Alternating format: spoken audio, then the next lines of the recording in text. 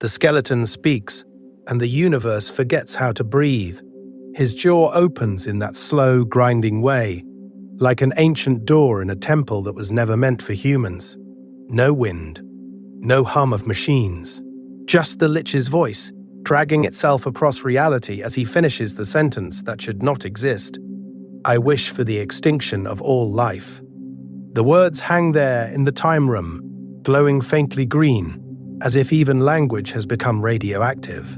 You can feel the stillness. You can almost hear time itself pause, like a song that hit the wrong note and is waiting to see if anyone noticed. The light is low and amber, the soft, cozy glow of a cosmic bachelor pad at the center of time.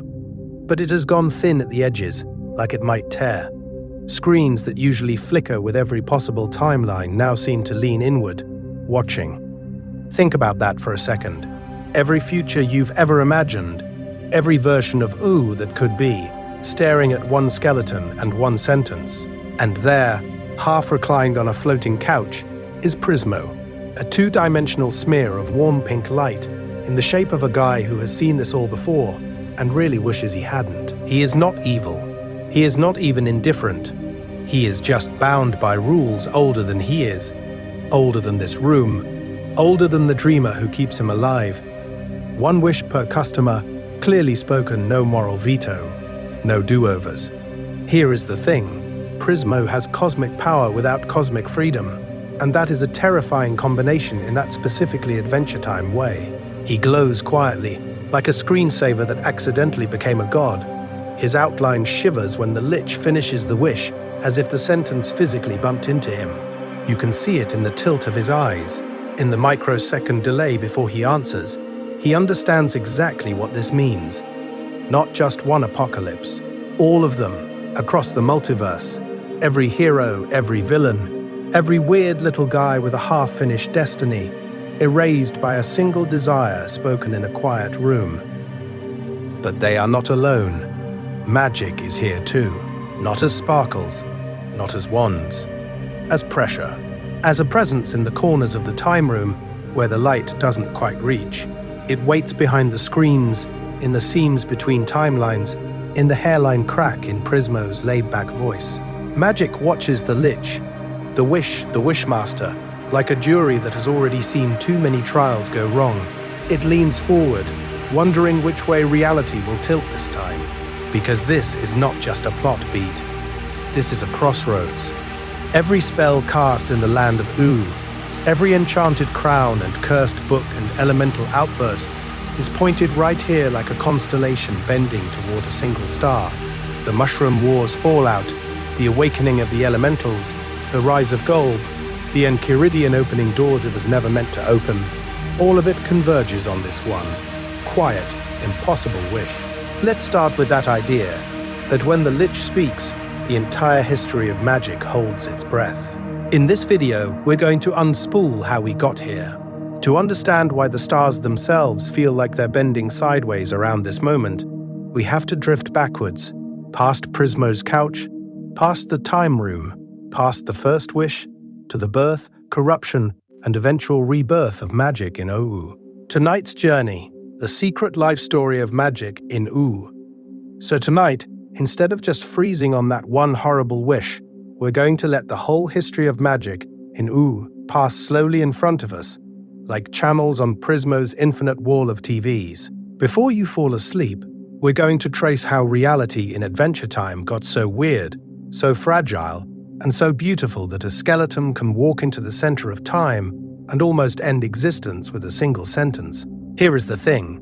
That sentence only makes sense because of everything that came before it.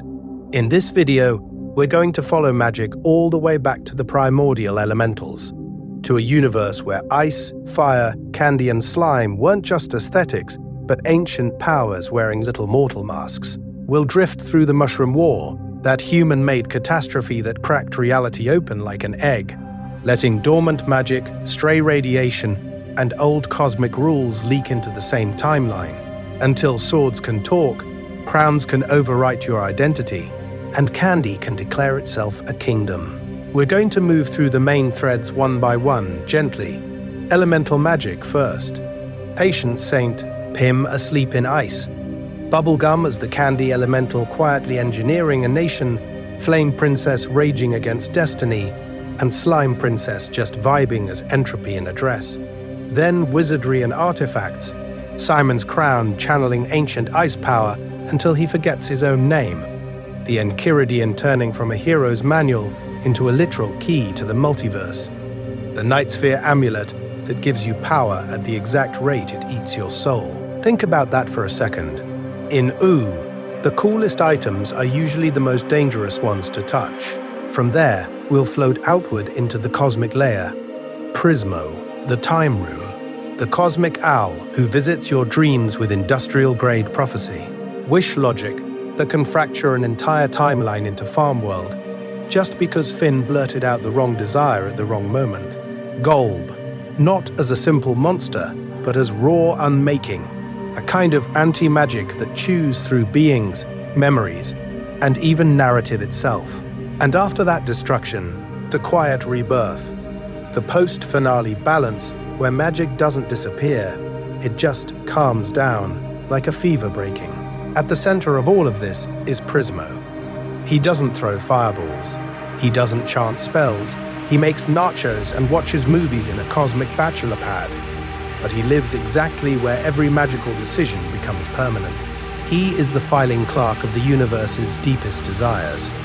One wish per person, enforced across the entire multiverse, every timeline, every version of you. He can't say no. He can only say, okay, if that's really what you want. And that's where the emotional stakes live. Magic in Ooh is never free. Simon trades his mind to save Betty. Betty trades her whole existence to stop Golb. Finn trades timelines, accidentally creating worlds full of people who now have to live with his wish. Over and over, the universe asks, what are you willing to trade for what you want? There is loneliness here, heartbreak, identity loss so profound that you can exist forever and still not remember the person you used to be. But tonight, we're going to tell it gently.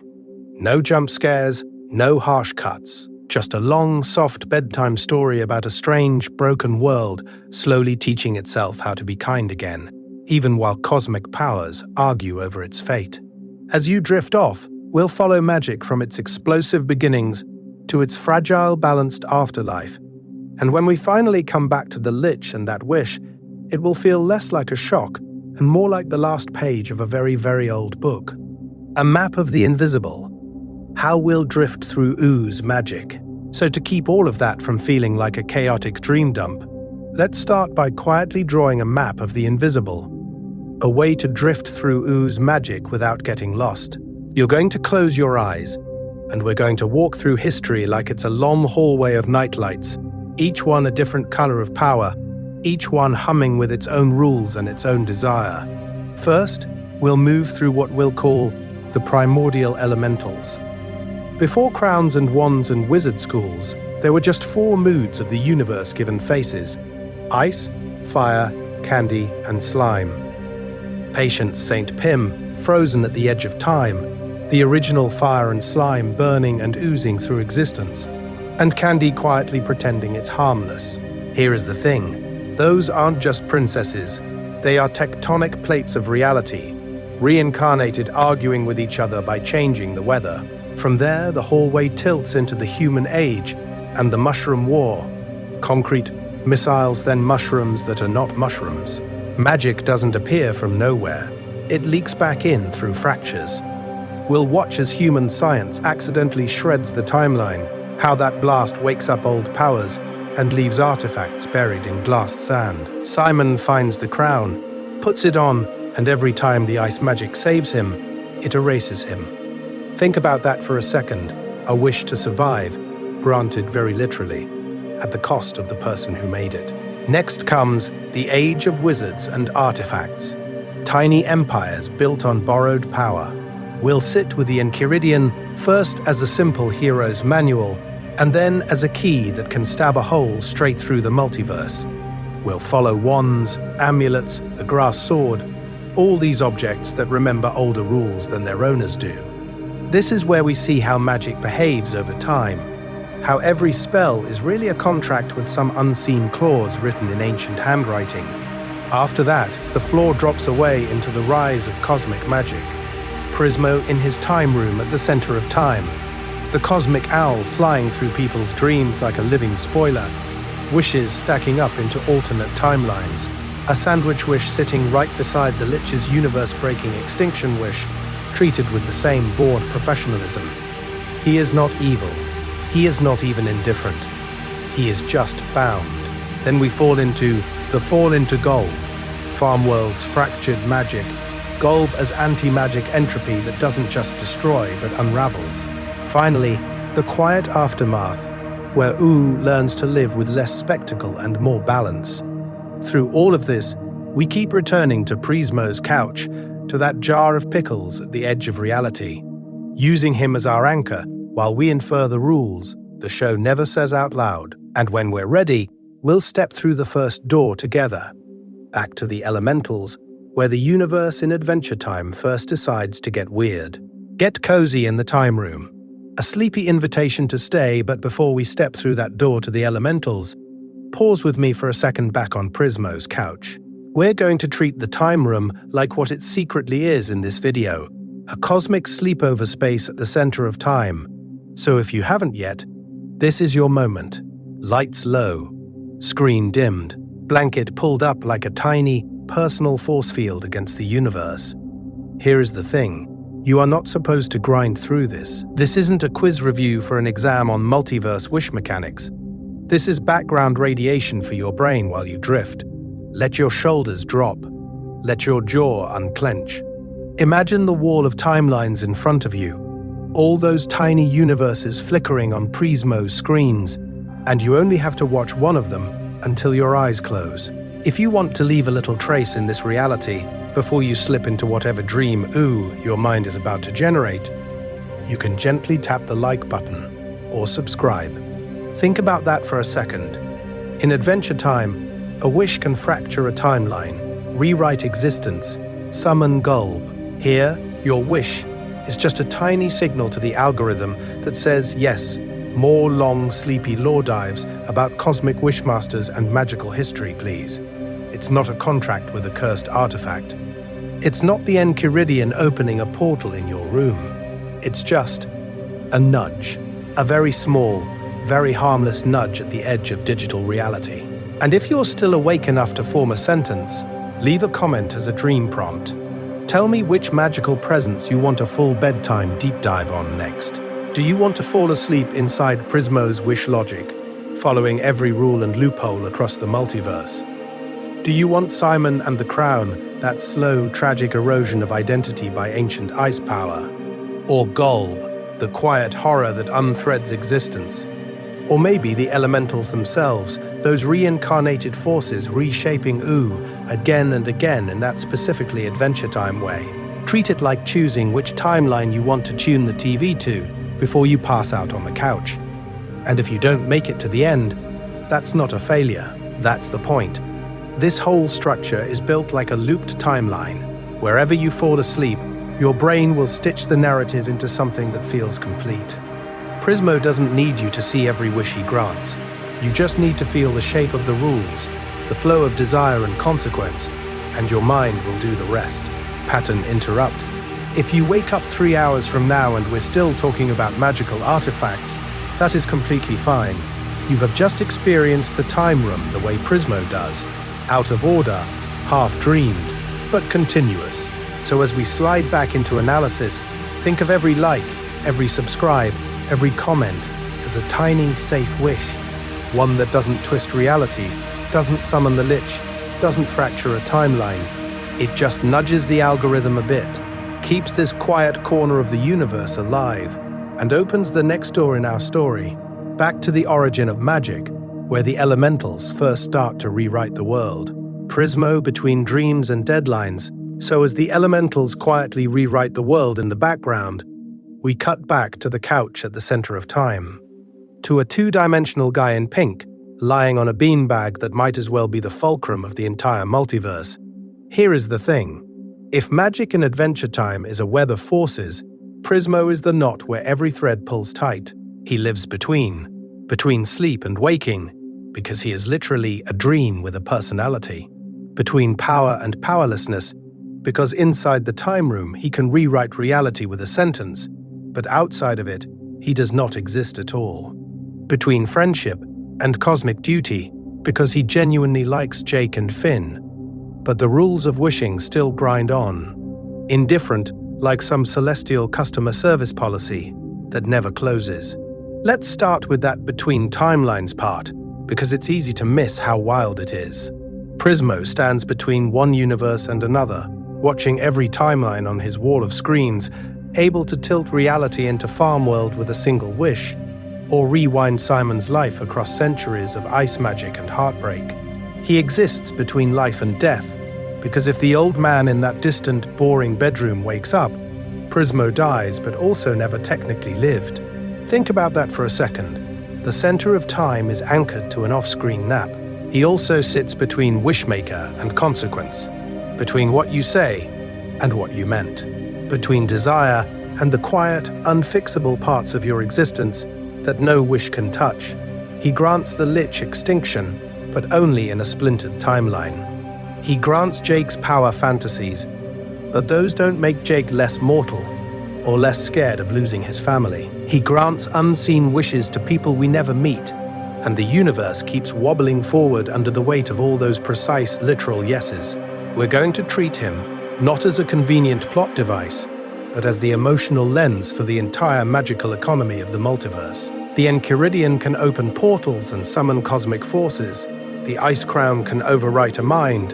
Golb can unmake reality itself. But Prismo is the one who has to watch the invoices of all that power get paid. He is not evil. He is not even indifferent.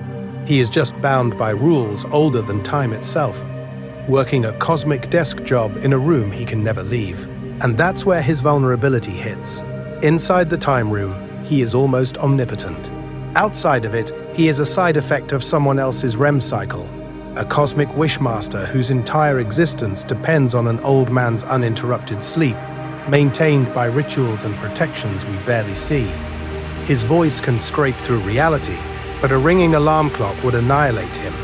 Once you feel that tension between infinite power and absolute dependence, every spell, every curse, every artifact in Ooh starts to feel different, more tragic, more tender, more connected. In that specifically Adventure Time way, understanding Prismo's condition turns the whole history of magic into a shared, fragile dream we are all trying not to wake up from. The Time Room. Bachelor pad at the edge of eternity, so when we say Prismo lives at the center of time, we're not talking about some gleaming crystal palace or a throne of clocks. We're talking about a floating patch of carpet, a sagging couch, a low table with snacks, all of it just hanging there in a black, starless void, like somebody cut a living room out of reality and forgot to paste the rest in. Neon lines hum along the edges. An analog TV glows. The universe, apparently, runs on channel surfing and pickle brine. Let's start by just sitting there with him for a second. You, on that couch, in front of you, infinite screens, each one a different timeline, each one a different version of Ooh, of you, of everyone. Around you, nothing. No stars, no galaxies, no comforting cosmic wallpaper. Just the quiet hum of the time room, this bachelor pad at the edge of eternity, pretending to be casual while it literally monitors existence. Here is the thing. The time room does not live inside time. Time lives inside it. Every timeline is like a tab open on Prismo's desktop, and a wish is not an eraser, it's a branching command. When Finn wishes the Lich had never existed, the main timeline doesn't get scrubbed clean. A new reality, Farm World, peels off and grows on its own, while the original timeline keeps limping forward with all its scars. Wishes don't overwrite, they proliferate. They add more universes to the multiverse's already questionable filing system. Because there are rules, and the rules are weirdly bureaucratic. One wish per person per lifetime. No wishing for more wishes. You have to say it clearly. Mumbling at the center of time just gets you a confused cosmic clerk, not a miracle. Prismo interprets your wish literally, but not maliciously. He is not evil. He is not even indifferent. He is just bound by procedures older than he is. If you say, "I wish for the extinction of all life," he will give you exactly that. If you say, "I wish the Lich had never even existed," he will build you a timeline where that sentence is true. So we're going to be precise here about what Prismo is not. He is not a traditional genie trapped in a lamp waiting for some chosen hero to rub him free. He is not the monkey's paw poised to twist your desire into poetic punishment. He's closer to a cosmic civil servant, a wish-processing agent who has to follow regulations set by a boss we never fully meet. Think about that for a second.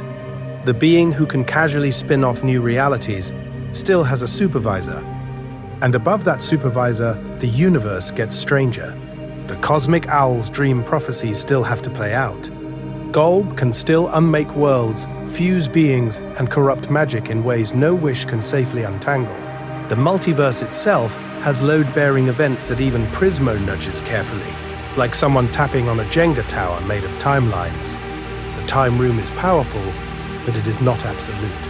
It's a control panel installed inside a much larger machine.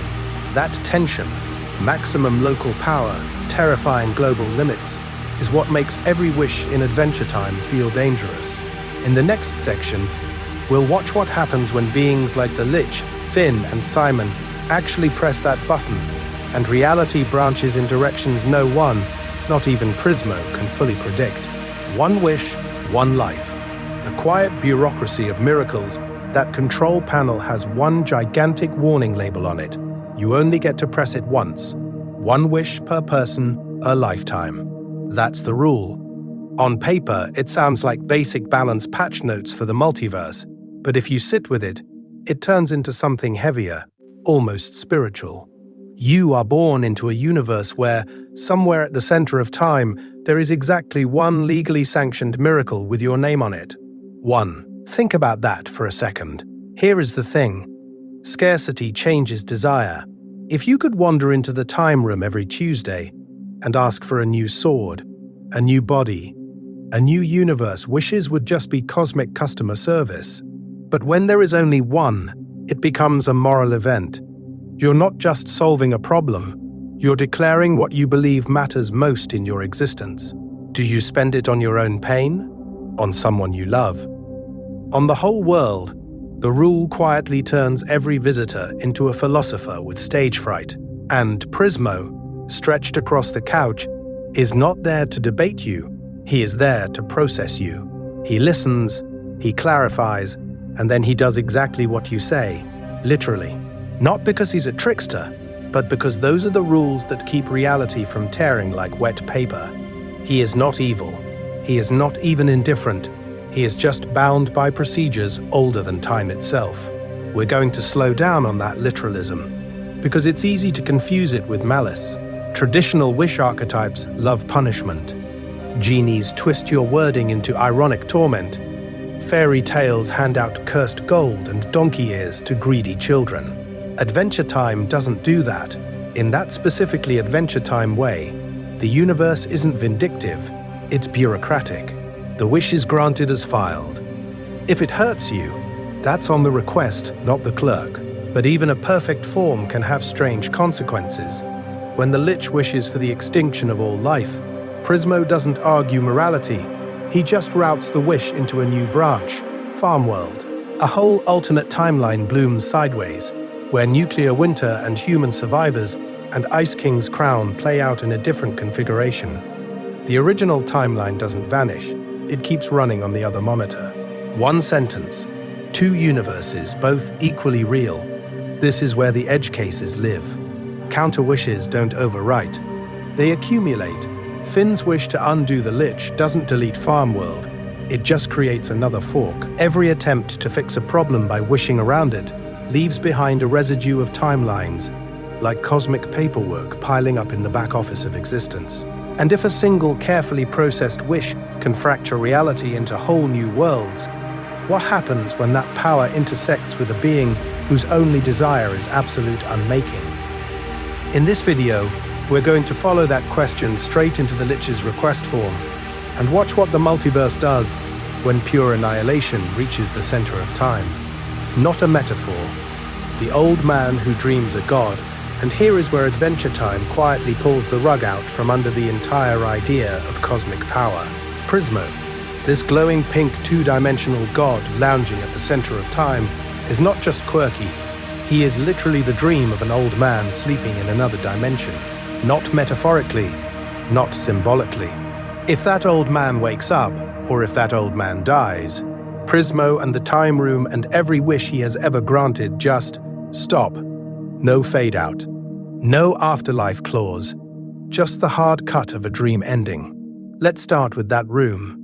Not the time room. The other one. The real one, if you want to be rude about it. It's small, cramped in the way a cheap studio apartment feels cramped at 3 in the morning.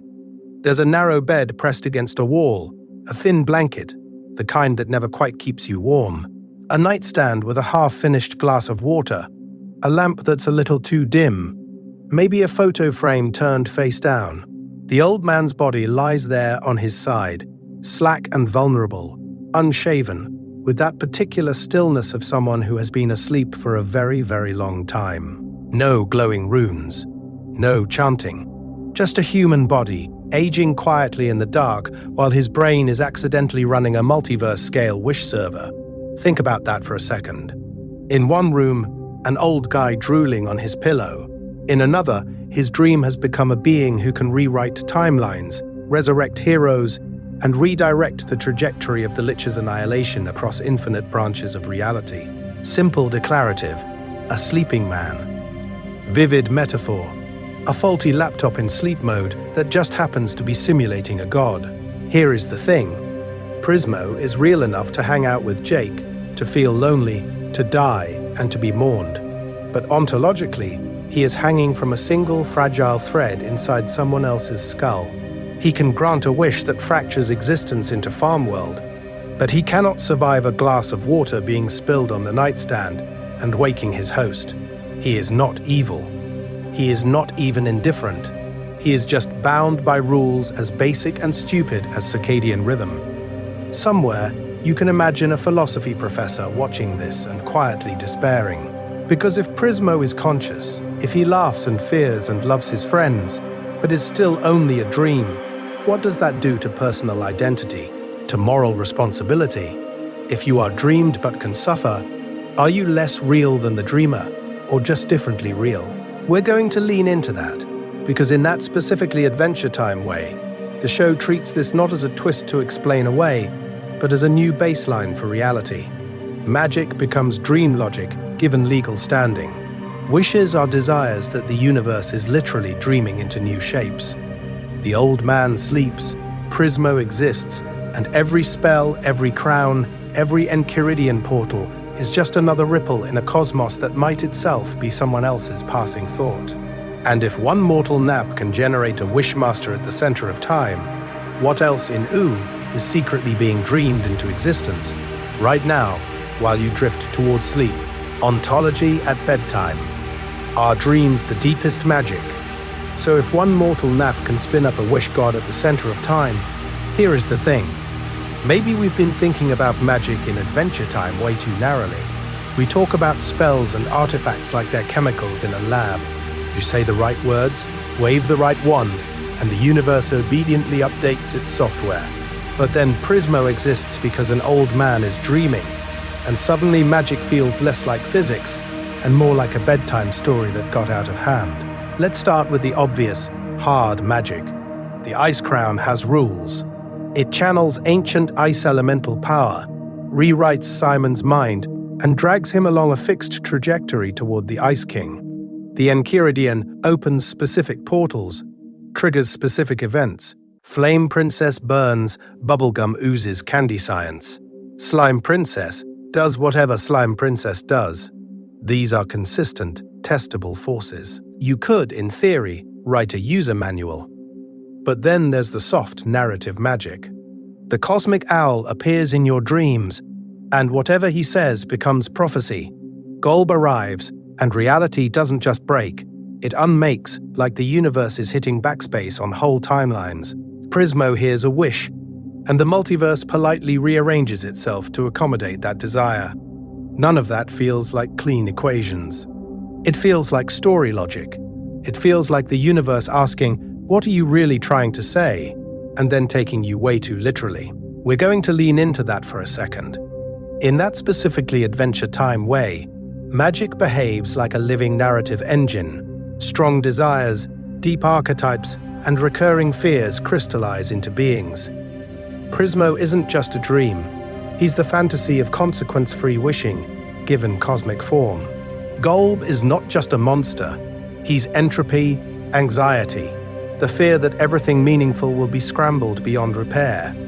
The cosmic owl is the uncomfortable awareness that your choices matter, that somewhere, somehow, your story is being watched. Think about that for a second as you get sleepier. Are Prismo and the others outside magic, standing above the rules? Or are they the purest expression of it, magic that has become self-aware of its own storytelling power? He is not a wizard, he is not a relic.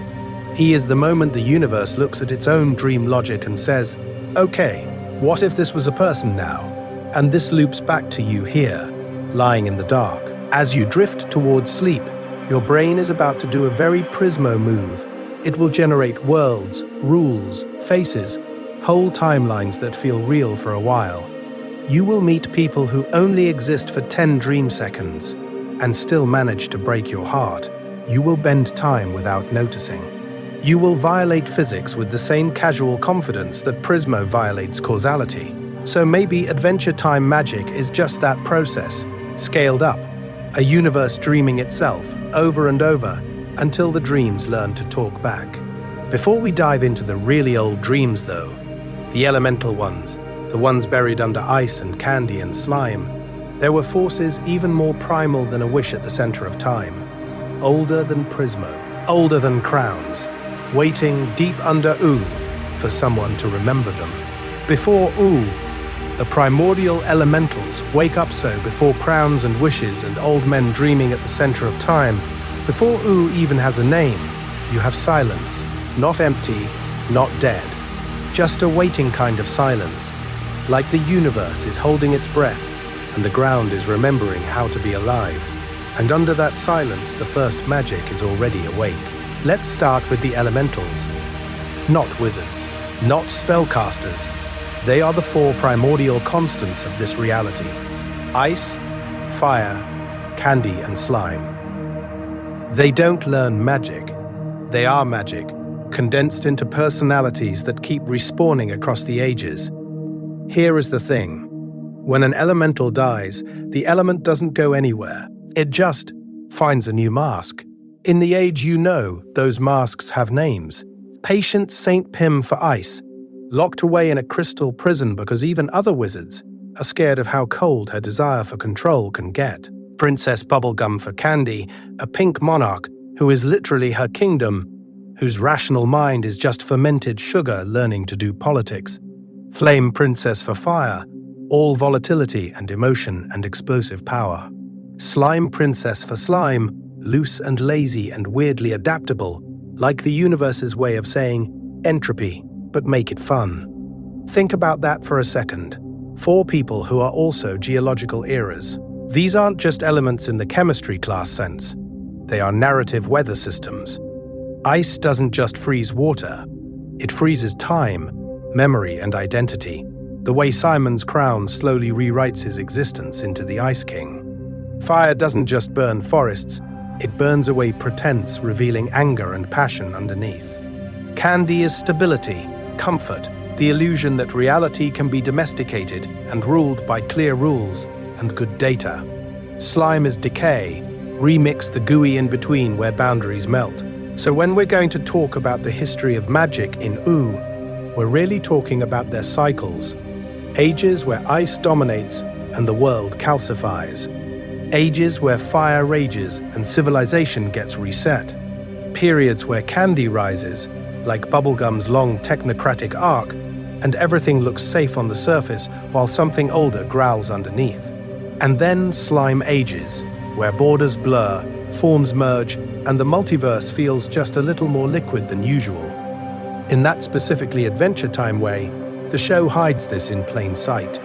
Landscapes become personalities. Kingdoms become psychological profiles. The Fire Kingdom is a pressure cooker. The Candy Kingdom is a lab coat wrapped around a sugar rush. The Slime Kingdom is a lazy river of low-stakes chaos. You can fall asleep watching it and still feel the pattern working on you. But cycles don't stay gentle forever.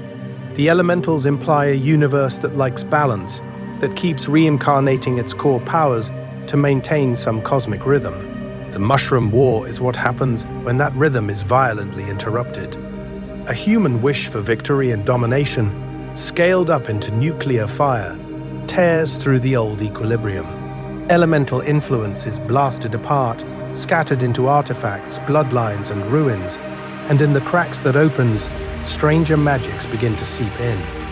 After the war, magic stops being just elemental and becomes contaminated. Mutants, cursed objects, stray portals, reality leaks, the Crown's ice, Gold's unmaking, Prismo's wish logic, all of it grows in the irradiated shadow of that broken balance. And the land that will one day be called Ooh has to learn a new rule. The elementals are still here, but they're no longer the only game in town. And the next era of magic begins with someone picking up one of those leftovers and putting it on their head. Ice, fire, candy, slime. 4 ways reality can melt, so someone picks up a leftover artifact of an old age, puts it on their head, and suddenly you remember. Ooh isn't just quirky, it's elemental. Under all the jokes and colors, the universe here runs on 4 moods of reality that never really went away. Ice, fire, candy, and slime. Let's start with ice. On the surface it looks simple. Cold, stillness, preservation. Ice keeps things exactly where they are. Snow over ruins, glaciers over history, a crown over Simon's mind. But here is the thing. In Adventure Time, preservation is never neutral. The crown doesn't just freeze time, it freezes identity. Simon's memories, his desires, his tenderness for Betty, all locked under permafrost while the Ice King shambles around like a distorted echo. He is not dead, he is not alive in the way he once was. He is suspended, like a thought caught in a block of cosmic ice, preserved across centuries of war and mutation while the timeline mutates around him. Fire is the opposite motion, where ice says, stay.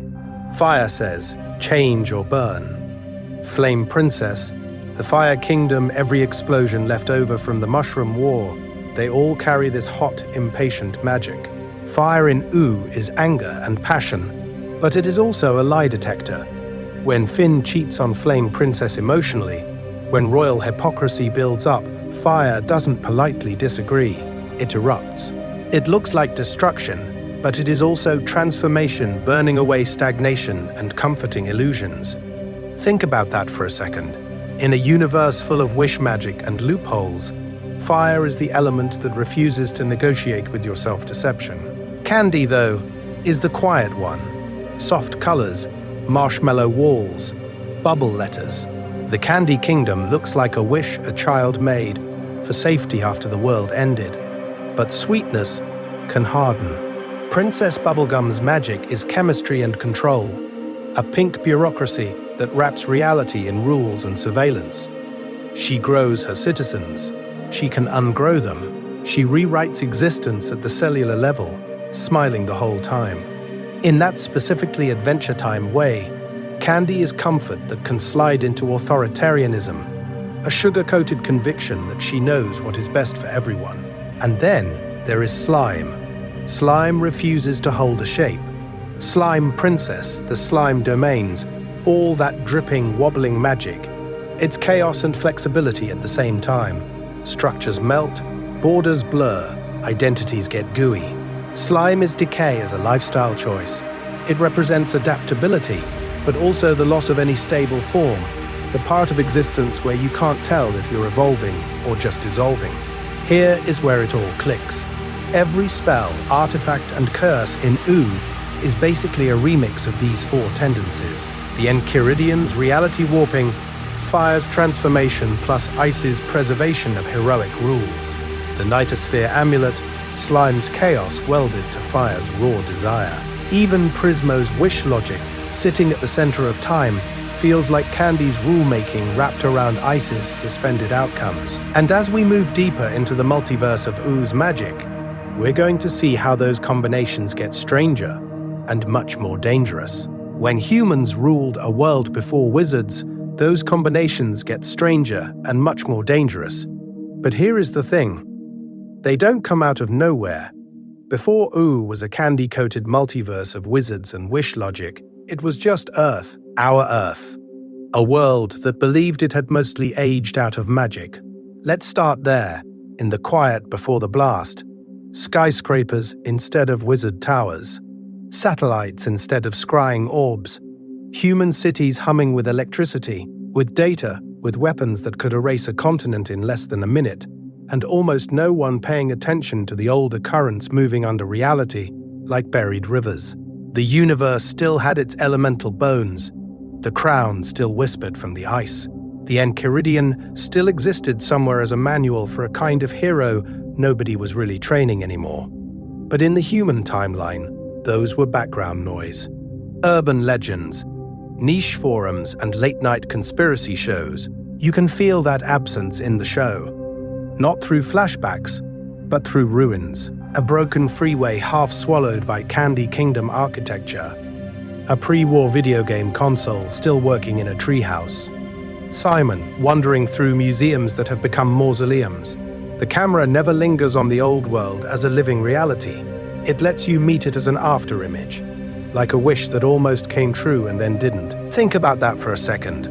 For you, the human age in Adventure Time is technically the present, but in Ooh, it's already a myth. Magic did exist back then. The crown is proof. The elemental reincarnations are proof. Even weird outliers like Hunson Abadir and the Nightosphere imply that the universe was already threaded with portals, contracts and rules nobody in a lab coat had written. But for most people, that power was fringe. Occult bookstores, academic footnotes, a few desperate researchers trying to reverse engineer artifacts that did not care about peer review. Wizards were not running governments. They were, at best, running very sketchy YouTube channels. And that's where the collision starts to line up. You have human science, which believes reality is fundamentally stable if you just know the equations. You have latent magic, which believes reality is negotiable if you just know the right desire and the right ritual. Then you build a weapon, the mushroom of the mushroom war, that doesn't only tear through matter, but through the thin membrane between those beliefs. The blast is nuclear, yes. But in that specifically Adventure Time way, it is also ceremonial, a ritual-scale event performed accidentally by a species that thought it was just testing hardware. Here is the thing. A nuke going off on top of buried magical structures is not just an explosion, it's a key turning in a lock no one remembers making. The war fractures the timeline, lets in mutagenic spirits, wakes up artifacts, and drags the center of time a little closer to the surface of everyday existence. The show never spells this out in a textbook way, but every melted city, every wandering mutant, every half-functioning AI temple is a hint that reality itself got rewritten. So when we talk about the Mushroom War, we're not just talking about the end of humans as the dominant species, we're talking about the moment science accidentally completes a spell and the universe answers. The moment the old world's weapons punch a hole between layers of reality, and magic rushes in like air into a vacuum. And in the next part, we're going to follow exactly what came through that hole, and why it never really closed again. The Mushroom War, when physics cracked and magic leaked out. So when those weapons fire, they don't just level cities, they don't just erase nations, they scrape along the seams of reality itself, like someone dragging a rusted key across the lock between worlds until the metal finally snaps and the door jams half open. Here is the thing. The Mushroom War isn't just a nuclear apocalypse with extra colors. It's a misfired ritual at global scale, a moment where science accidentally cosplays as sorcery and the universe takes it literally. Let's start with the image we're given. Mushroom clouds, shattered skylines, that haunting empty earth we glimpse in flashbacks. On one layer, It's radiation, fallout, ruined ecosystems. But under that, in that specifically Adventure Time way, those blasts are also wishes with no wishmaker, raw human desire for power and victory slammed into the atmosphere. The bombs tear holes not just in the ozone, but in space-time and the spirit world, punching through to dimensions that were supposed to stay politely theoretical. Out of those cracks, everything weird has an excuse to exist. Radiation twists DNA, sure, but dimensional tears twist the rules of existence. You don't just get mutants, you get candy people, sentient hot dogs, rainicorns, and creatures that look like somebody shuffled a biology textbook and a children's book and hit randomize. Think about that for a second. The same blast that melts concrete might also let a minor sugar elemental seep into a human bunker. And a few centuries later, you call that accident Princess Bubblegum's family tree. We're going to lean into the elementals here, because the war doesn't create them, but it does knock their cycles off the shelf. Those primordial forces, ice, fire, candy, slime, were already baked into the universe like background radiation of magic. The Mushroom War is the impact event that shakes them awake, forces them into new incarnations. Patience, Saint, Pym freezes herself through time. The candy elemental reconfigures as Bubblegum, a monarch scientist grown out of a lab spill. Flame and slime find their way into royal bloodlines. They're not just people, they're the universe's attempt to restabilize itself using personalities. Meanwhile, some artifacts just refuse to die. The Enchiridion survives as a kind of pre-war user manual for heroism and cosmic keys, still humming with rules older than bombs. Simon's crown endures the blasts, its ancient ice magic outliving every missile, quietly rewriting his mind while the world outside rewrites its geography. These objects become anchors, stubborn knots of pre-war magic in a shredded multiverse. Reference points the new reality has to curve around. The result is a long, strange dawn. A world where the old physics is fractured, and magic rushes into the cracks left by human hubris, filling the void with new rules. Gravity still works, mostly. Time still moves forward, usually. But now wishes, curses, and elemental moods can redirect a timeline as effectively as any law of motion. And as Oo slowly crawls out of the crater, the question quietly becomes, if reality is this malleable now, who gets to decide what it should look like next? From rubble to Oo, how magic colonized the crater so the crater cools. The mushroom clouds dissolve. And in the long radioactive afterglow, the planet doesn't heal so much as mutate into something else entirely. The war tried to end the world, but what it really did was give magic a vacancy sign and a freshly shattered lease on reality. Let's start in the dead zones, the places glassed by weapons that bent physics until it screamed. Those irradiated scars don't stay empty. They become wizard territories, because here is the thing. If you're already playing chicken with your own existence, what's a few more cursed artifacts between friends? You get towers stitched from rebar and bone, spell circles painted on old parking lots, and wizards harvesting background radiation like it's free cosmic Wi-Fi. Further north, the frozen ruins become amplifiers. Simon's crown is just one conduit for an ancient ice elemental, but the land itself starts to resonate with that same cold power. Cracked highways disappear beneath glaciers that remember every timeline they've seen. The air crystallizes into snow golems and ice dragons. Simple declarative, it's cold. Vivid metaphor, it's like the universe left the freezer door open and forgot about it for 1,000 years. In other pockets, chemical spills soak into the rubble and meet the slumbering candy elemental. Think about that for a second. Industrial runoff plus primordial sweetness equals sentient taffy architecture. Candy structures don't just get built, they sprout, blooming out of old malls and office parks. Princess Bubblegum literally distills herself out of this mess, a monarch brewed from pink goo, science, and elemental magic, ruling over a kingdom that is basically a bioengineered sugar reef growing on human ruins. Meanwhile, the survivors adapt. Some humans cling to broken satellites, generators, and half-working consoles trying to drag the old rules of the universe forward by sheer desire. They become scavengers of time's leftovers. Others lean into the new order and become wizards, lich-adjacent cultists, hedge magicians in subway tunnels, rewriting their bodies with spells the way people once rewrote code. Mutants and spirits treat the crater like a job posting. Now hiring, no fixed biology required. Ooh isn't a new world. It's a palimpsest. Candy Kingdom streets are poured right over cracked asphalt. Under wizard towers, you still have subway lines, rusted trains frozen mid-commute. Floating islands drift where skyscrapers once were, their roots wrapped around rebar, their waterfalls pouring through office windows that now open onto sky. And visually, the show makes it clear that magic has become the default physics. Talking rainbows arc like living bridges. Sentient candy people wobble through a reality where wish logic quietly outranks gravity. Rocks have faces, clouds have opinions. This is not a universe where weird events interrupt normal life. Weirdness is the baseline, and anything non-magical feels nostalgic, almost haunted. Pattern interrupt. Imagine you're a tourist here, but a sleepy one. You walk through at dusk. Every rock hums with an old spell. Every cloud overhead is a slow-moving thought. The ruins under your feet whisper about board meetings and bus schedules. Above you, the new world glows with elemental power. As your eyes get heavier, the land of feels less like a place and more like a dream the planet decided to keep having, long after the war should have woken it up.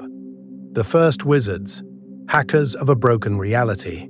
And in that dream, after the last missiles and the last board meetings and the last bus schedules, something very human happens. Someone looks at this broken, glowing reality and thinks, I bet I can mess with that. Here is the thing. Elemental magic just is. Fire burns, ice freezes, candy assimilates, slime dissolves. Cosmic forces just are. Prismo sits at the center of time, Golb unmakes. The cosmic owl delivers prophecies like bad news in bird form. But wizards? Wizards are the first creatures in who look at all that raw power and treat it like code. Let's start with that image. Imagine early post-war as an open-source universe with no documentation. The Mushroom War has punched holes in the multiverse. The elementals are awake again. Artifacts are buzzing under the dirt, and the rules of existence feel loose around the edges. Into that walks some weirdo with a robe made from old lab coats, chalk in one hand, techno-junk in the other, muttering equations and rhymes. They are not an elemental. They are not a cosmic being. They are a hacker of reality. Wizardry in Adventure Time is basically the discovery that you can compile magic. If you chant this syllable, draw that sigil, wave your hands through that geometry of air, the universe responds in a repeatable way. Fireball, teleport, magic missile. But make it sparkly. These are not innate identity-bound powers like Ice King's crown or Bubblegum's candy biology. These are learned procedures, algorithms of desire and intent. If you forget the spell, the power is gone. If you never study, you never cast. So early wizard culture grows up in the cracks between ruins, half academic, half chaotic. Ictus-spell labs built in the skeletons of skyscrapers, beakers bubbling with distilled rainbow, failed teleportation experiments, leaving scorch marks and duplicate chairs. There is no tenure committee. There is just a loose community of eccentrics arguing about spell syntax while accidentally opening portals to minor nightmare dimensions. Think about that for a second.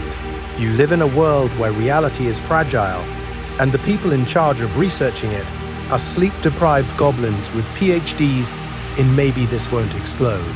Out of that chaos, we're going to get institutions, or at least Adventure Time's idea of institutions.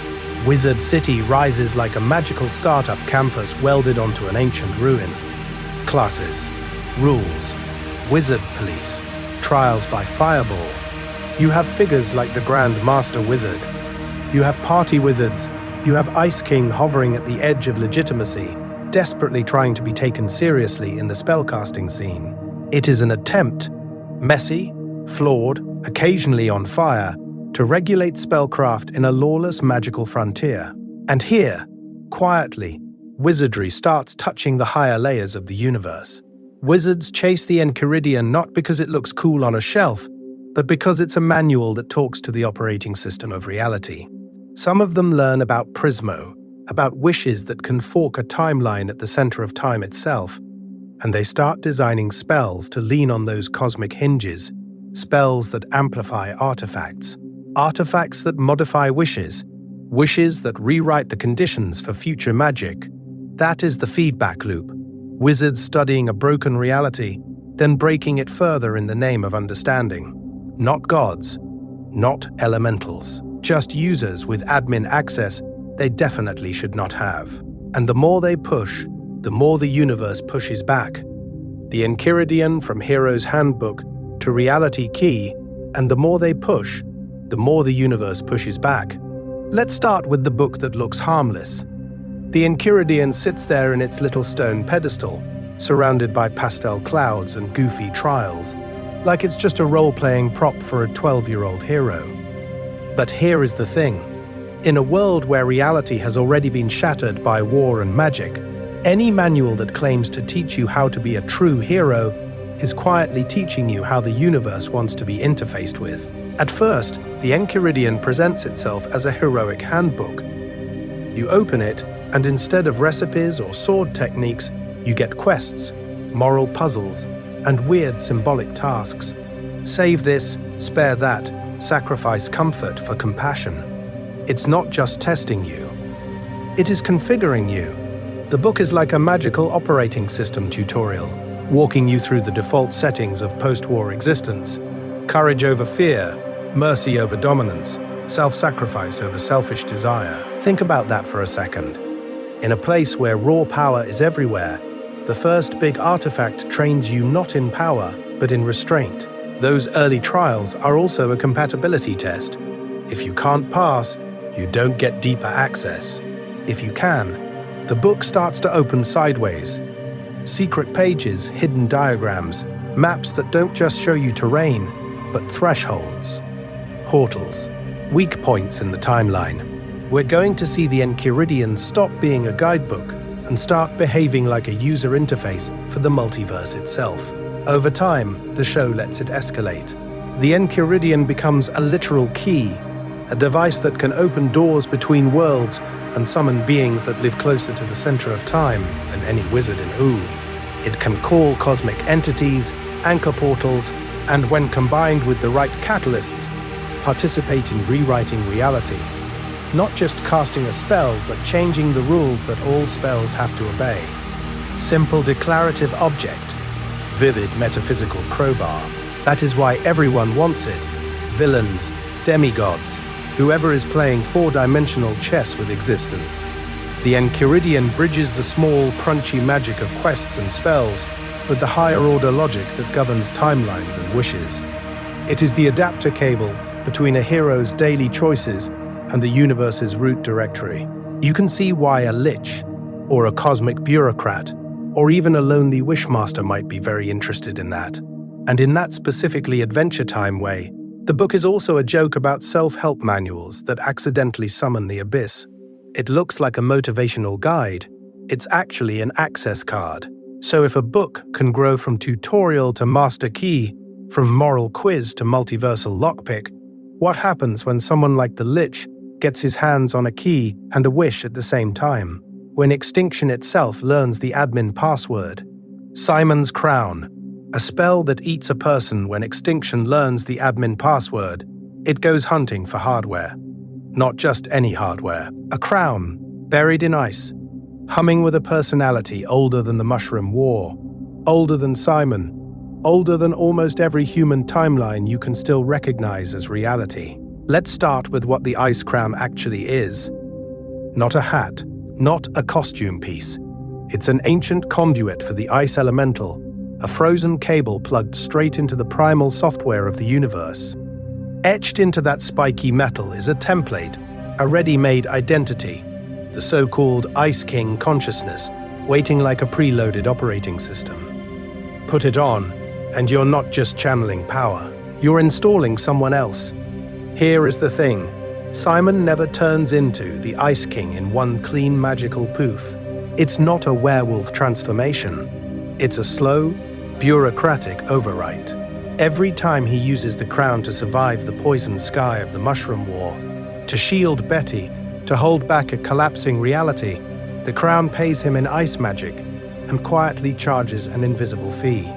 A memory here, a moral boundary there, the ability to say his own name without hesitation. We're going to walk through that trade for a second.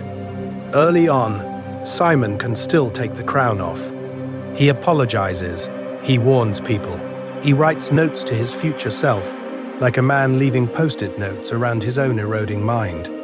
Each wish for safety, each desperate grab for more power, adds stability to the magic and instability to the man. The crown becomes less glitchy, more consistent.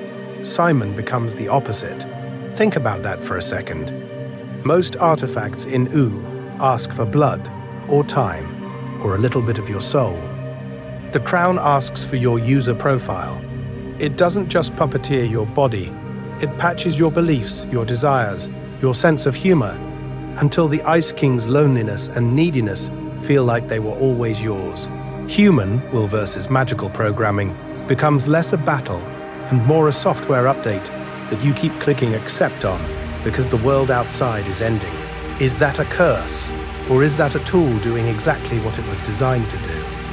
The Ice Crown lives in that uncomfortable middle. It grants flight, immortality, cosmic cold, but it also auto-installs intrusive thoughts and a blue robe.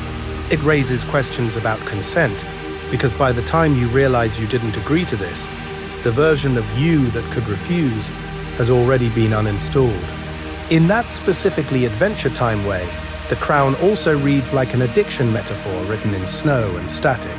Simon uses it to save people, then to cope, then because he doesn't remember how not to. Each use is a wish for control in a collapsing universe, answered by surrendering control of his own existence. And that's the broader rule Wu keeps whispering. Magic is rarely free. The Enchiridion wants your moral alignment. Prismo's wishes cost you your one shot across all timelines. The crown wants you. Your identity, your memories, your place in reality's save file. Which sets us up for the next question. If magic can eat a person, what happens when something like Golb starts eating the magic itself? Artifacts everywhere, swords, amulets, and haunted trinkets. If Golb is what happens when magic itself starts getting eaten, artifacts are what happens when magic gets bottled, branded, and accidentally left in the junk drawer. You don't just have cosmic wish engines and elemental titans. You also have swords that brood, amulets that negotiate, and rings that absolutely should not be sold next to used boots. Let's start with the grass sword, which eventually becomes the fin sword, and then the grass fin, and then this whole fractal of identity and weaponry. On the surface, it's just a cursed blade that latches onto Finn's arm. But here is the thing. It behaves less like a tool and more like a parasite that really wants to be your co-worker. It bonds with him. It adapts. It turns into an entire alternate version of Finn made of grass, a literal splinter of his existence walking around with its own desires. Think about that for a second. In this universe, you can pick up a sword and accidentally create a second you. The grass/Finn sword shows us a rule. Wu keeps repeating. Some magic items are semi-sentient contracts. You don't just wield them, you enter into a relationship with them. And that relationship has terms, loyalty, jealousy, the slow, creeping suggestion that maybe you should let the blade do more of the work, let it wrap further up your body, let it define who you are in this timeline. Then there's the Nightosphere amulet, hanging around Hunson Abadir's neck like a corporate keycard to a hell dimension. Marceline wears it and doesn't just gain power, she becomes a conduit for the entire Nightosphere's rules. It amplifies her demonic side, drags her toward this bureaucratic, contract-based evil where souls are paperwork and torment is a management style. The amulet is a gateway, but not a neutral one. It doesn't just open a portal, it pulls its home reality through you, insisting you play by its cosmic employee handbook. And scattered all across you see the smaller artifacts. Wands that shoot elements like disposable lighters, potions shelved like soda, cursed rings and haunted trinkets, trading hands in markets and back alleys. Magic has been commodified. You can buy a temporary reality glitch for the price of a sandwich. You can drink a bottle and wake up in a different emotional alignment. It's funny in that specifically Adventure Time way, but it's also bleak. No one reads the fine print, because artifacts almost always have clauses. Use the wand, owe the wizard, wear the amulet, inherit the enemies, swing the sword, risk becoming the sword. They demand loyalty, or sanity, or tiny installments of your place in the multiverse's memory. And then, pattern interrupt. Imagine a wizard pawn shop at closing time. The lights click off. The door locks. Every shelf is crowded with forgotten power. A cracked wand mutters about the end of candy civilization. A chipped amulet whispers exchange rates for souls. A rusted sword dreams of one more war. Each object is quietly rehearsing its own tiny apocalypse, just waiting for someone half awake to walk in tomorrow, point and say, "Yeah, that one looks cool." Magic versus mundane. Sandwiches, spells, and stakes. All that silent apocalypse on a shelf, waiting in the dark, and then in walks Jake the dog and uses cosmic wish power on a sandwich. Not a destiny sword, not a universe fix. A hoagie. Let's start in the time room, at the center of time, where reality looks like an endless wall of TV channels, and Prismo is basically the multiverse's chillest middle manager. Finn is agonizing over wishes, over consequences, over the Lich and extinction and timelines. And Jake leans back on the couch, thinks for a second, and very calmly uses his one wish per lifetime on the perfect sandwich. That's it. Not metaphorically perfect. Literally perfect, with meat and greens balanced like a tiny edible universe. Here is the thing. This is not the show making fun of magic. This is the show telling you what magic is actually for. Yes, Prismo's power can rewrite existence, fracture timelines, and birth entire alternate worlds, but it can also just make lunch. And the fact that those two outcomes run on the same rules, through the same Wishmaster, in the same room, is doing a lot of quiet philosophical work. Because suddenly, magic is not only about the Lich screaming for extinction or Golbun making reality like a bored child kicking over sandcastles. Magic is also about a tired dog dad wanting a really good snack with his best friend. High stakes and low stakes share the same cosmic plumbing. A wish can annihilate a civilization or perfectly toast bread. Think about that for a second. We're going to see this contrast over and over. The Enchiridion is a key to cosmic portals, but it spends years as a goofy hero manual. Simon's Crown channels ancient soul-erasing ice magic, but half the time Ice King is using that power to crash princess parties and write terrible fanfiction. Even in the Time Room, the same screens that show universe-shattering timelines also play movies while Prismo and Jake hang out like it's a sleepover. This is how Adventure Time keeps its magic from floating off into abstraction. The universe is vast, the power is terrifying, but it always lands in somebody's very small, very specific desire. A sandwich, a girlfriend, a do-over. The contrast makes Ooh feel lived in, like a place where cosmic beings also have favorite snacks and where apocalyptic artifacts get lost in a pawn shop. And that tension matters when you fall asleep to this. Because if a wish that could rewrite existence can be spent on lunch, and that's valid, then every wish carries the same moral weight no matter how trivial it looks. A sandwich is a use of power. So is Bring My Friend Back. So is End All Life. Which brings us to the Lich, standing in the same room, speaking into the same rules, and spending the exact same kind of wish Jake used on a hoagie, on something unimaginably bigger. The Lich's wish. Magic as total erasure. He uses a wish on mustard and bread. The Lich uses a wish on oblivion. Same couch, Same wishmaster, same rules. The only difference is the scale of the desire pressed into the fabric of reality. Let's start in the time room, at the center of time where everything is buzzing except for him. The Lich is still in a way almost nothing else in Adventure Time ever is. No fidgeting, no cartoon wobble, just this vertical corpse of hatred, hands folded like a priest at the end of the universe. When he speaks, the air doesn't move, his voice doesn't echo, it just cuts. I wish for the extinction of all life. 5 words. No qualifiers, no loopholes. Think about that for a second. Here is the thing. Most wishes in this universe are messy. Make me rich, fix my problem, bring them back. They're vague in human ways, and Prismo has to do this gentle cosmic paperwork to make them line up with reality. The Lich does the opposite. He files the cleanest, most efficient wish imaginable. Extinction. All life. No wiggle room. It's so broad it hits every timeline, every being, every potential future simultaneously. If Prismo granted it literally, we don't just lose we lose the multiverse, the time room, even the old man dreaming Prismo into existence. So Prismo hesitates. Not morally, procedurally. He is not evil. He is not even indifferent. He is just bound by rules older than time itself. The wish is valid, the wording is clear.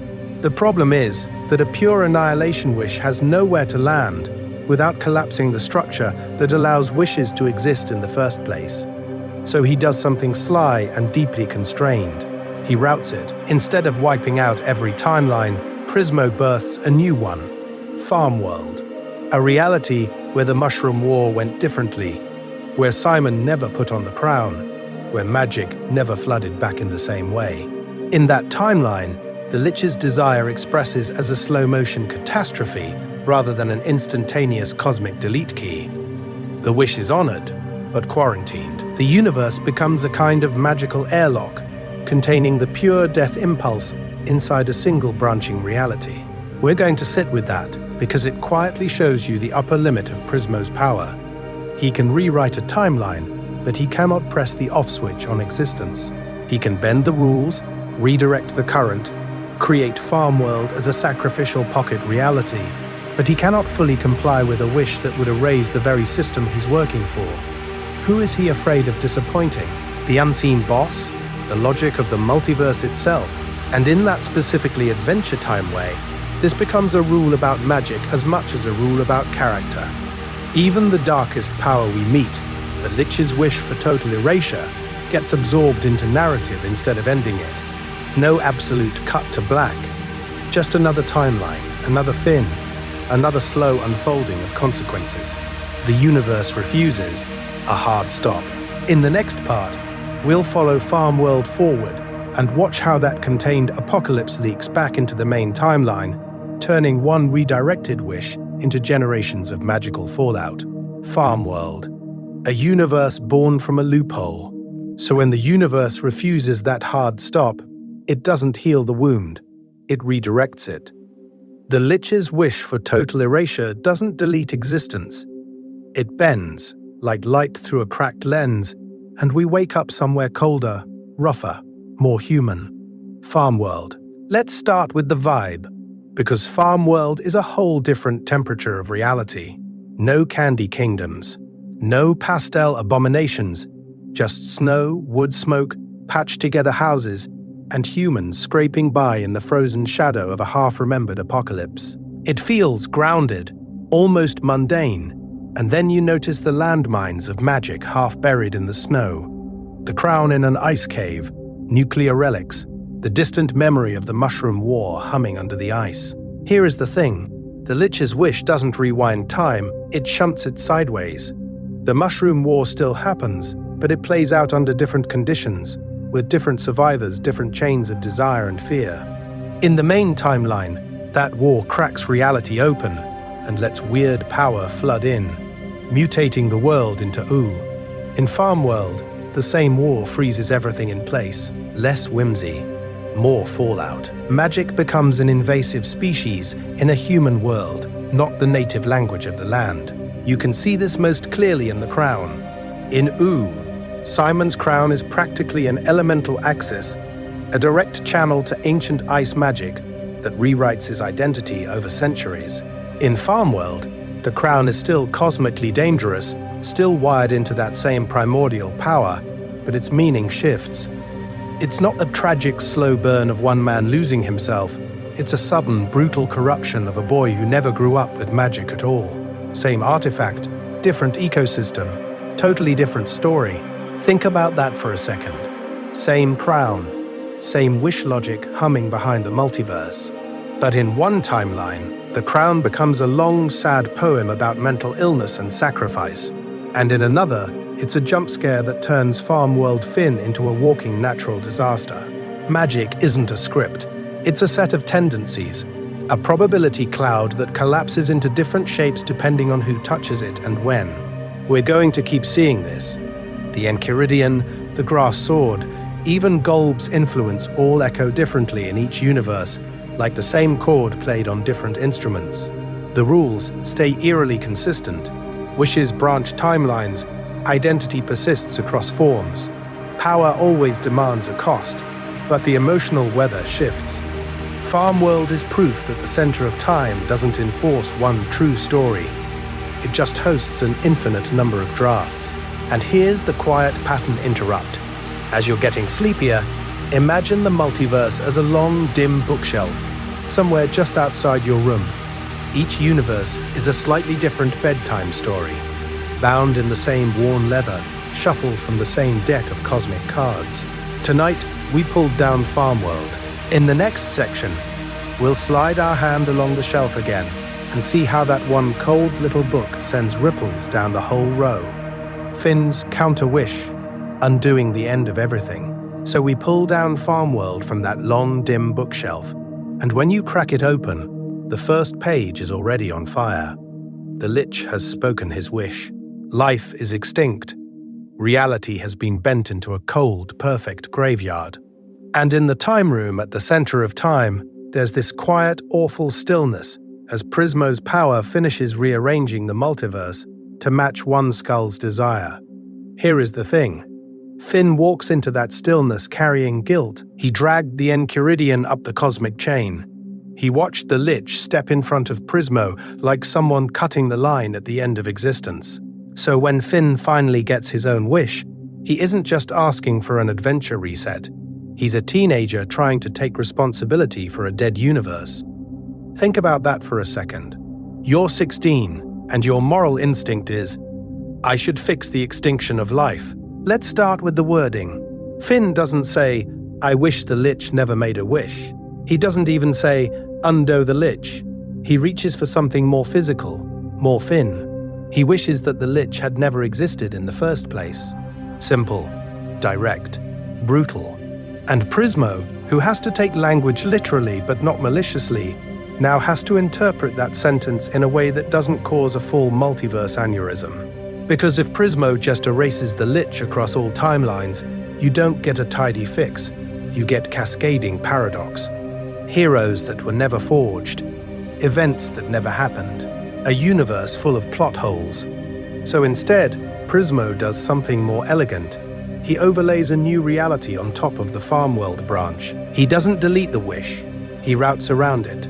Farmworld remains a valid volume on the shelf, but its pages get rewritten so that the Lich's existence is displaced into a single cursed arm, and life returns without collapsing the branch entirely. And that's the precedent. Wishes can't simply take back other wishes. They can't reach backward and scrub cosmic history with an eraser.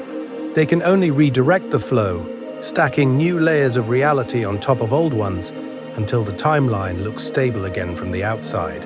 It's not a clean undo. It's a patch, a cosmic hotfix.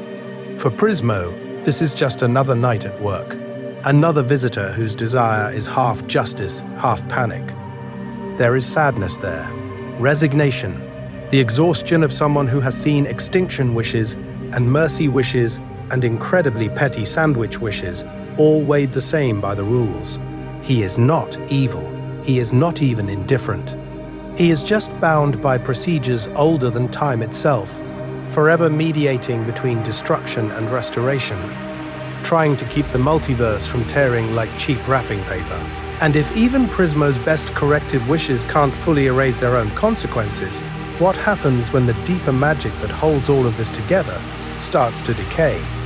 When the rules behind the wish rules begin to crack? In this video, we're going to follow that question into the slow collapse of magic itself, where not even the center of time is safe. Jake's life-death and Prismo's second chance. So when the deeper magic starts to crack, the show doesn't just zoom out to gold and cosmic entropy. It quietly zooms in to a dog on a couch and a pink wishmaster who really doesn't want to lose his friend. Let's start with the moment Adventure Time lets you believe Jake is gone. In Together Again, Jake dies an old dog's death, wakes up in the dead worlds, and you feel the universe tilt. The stretchy comic relief has become a literal ghost, wandering through a bureaucratic afterlife where even death is run by rules. No respawns. No takebacks, just a cosmic filing system for every soul that has ever existed. Here is the thing. By the rules, Jake's story should end there. One wish per person per lifetime. No wishing for more wishes. No cheating the basic scaffolding of existence. Prismo has already granted Finn and Jake spectacular reality warping favors. He can't just snap his metaphorical fingers and say, "Oops, my bad, back to the living timeline you go." The universe has auditors. The time room has a boss. So Prismo does what he always does when power and desire collide. He looks for a workaround. Not a loophole that breaks reality, but a side door that bends it.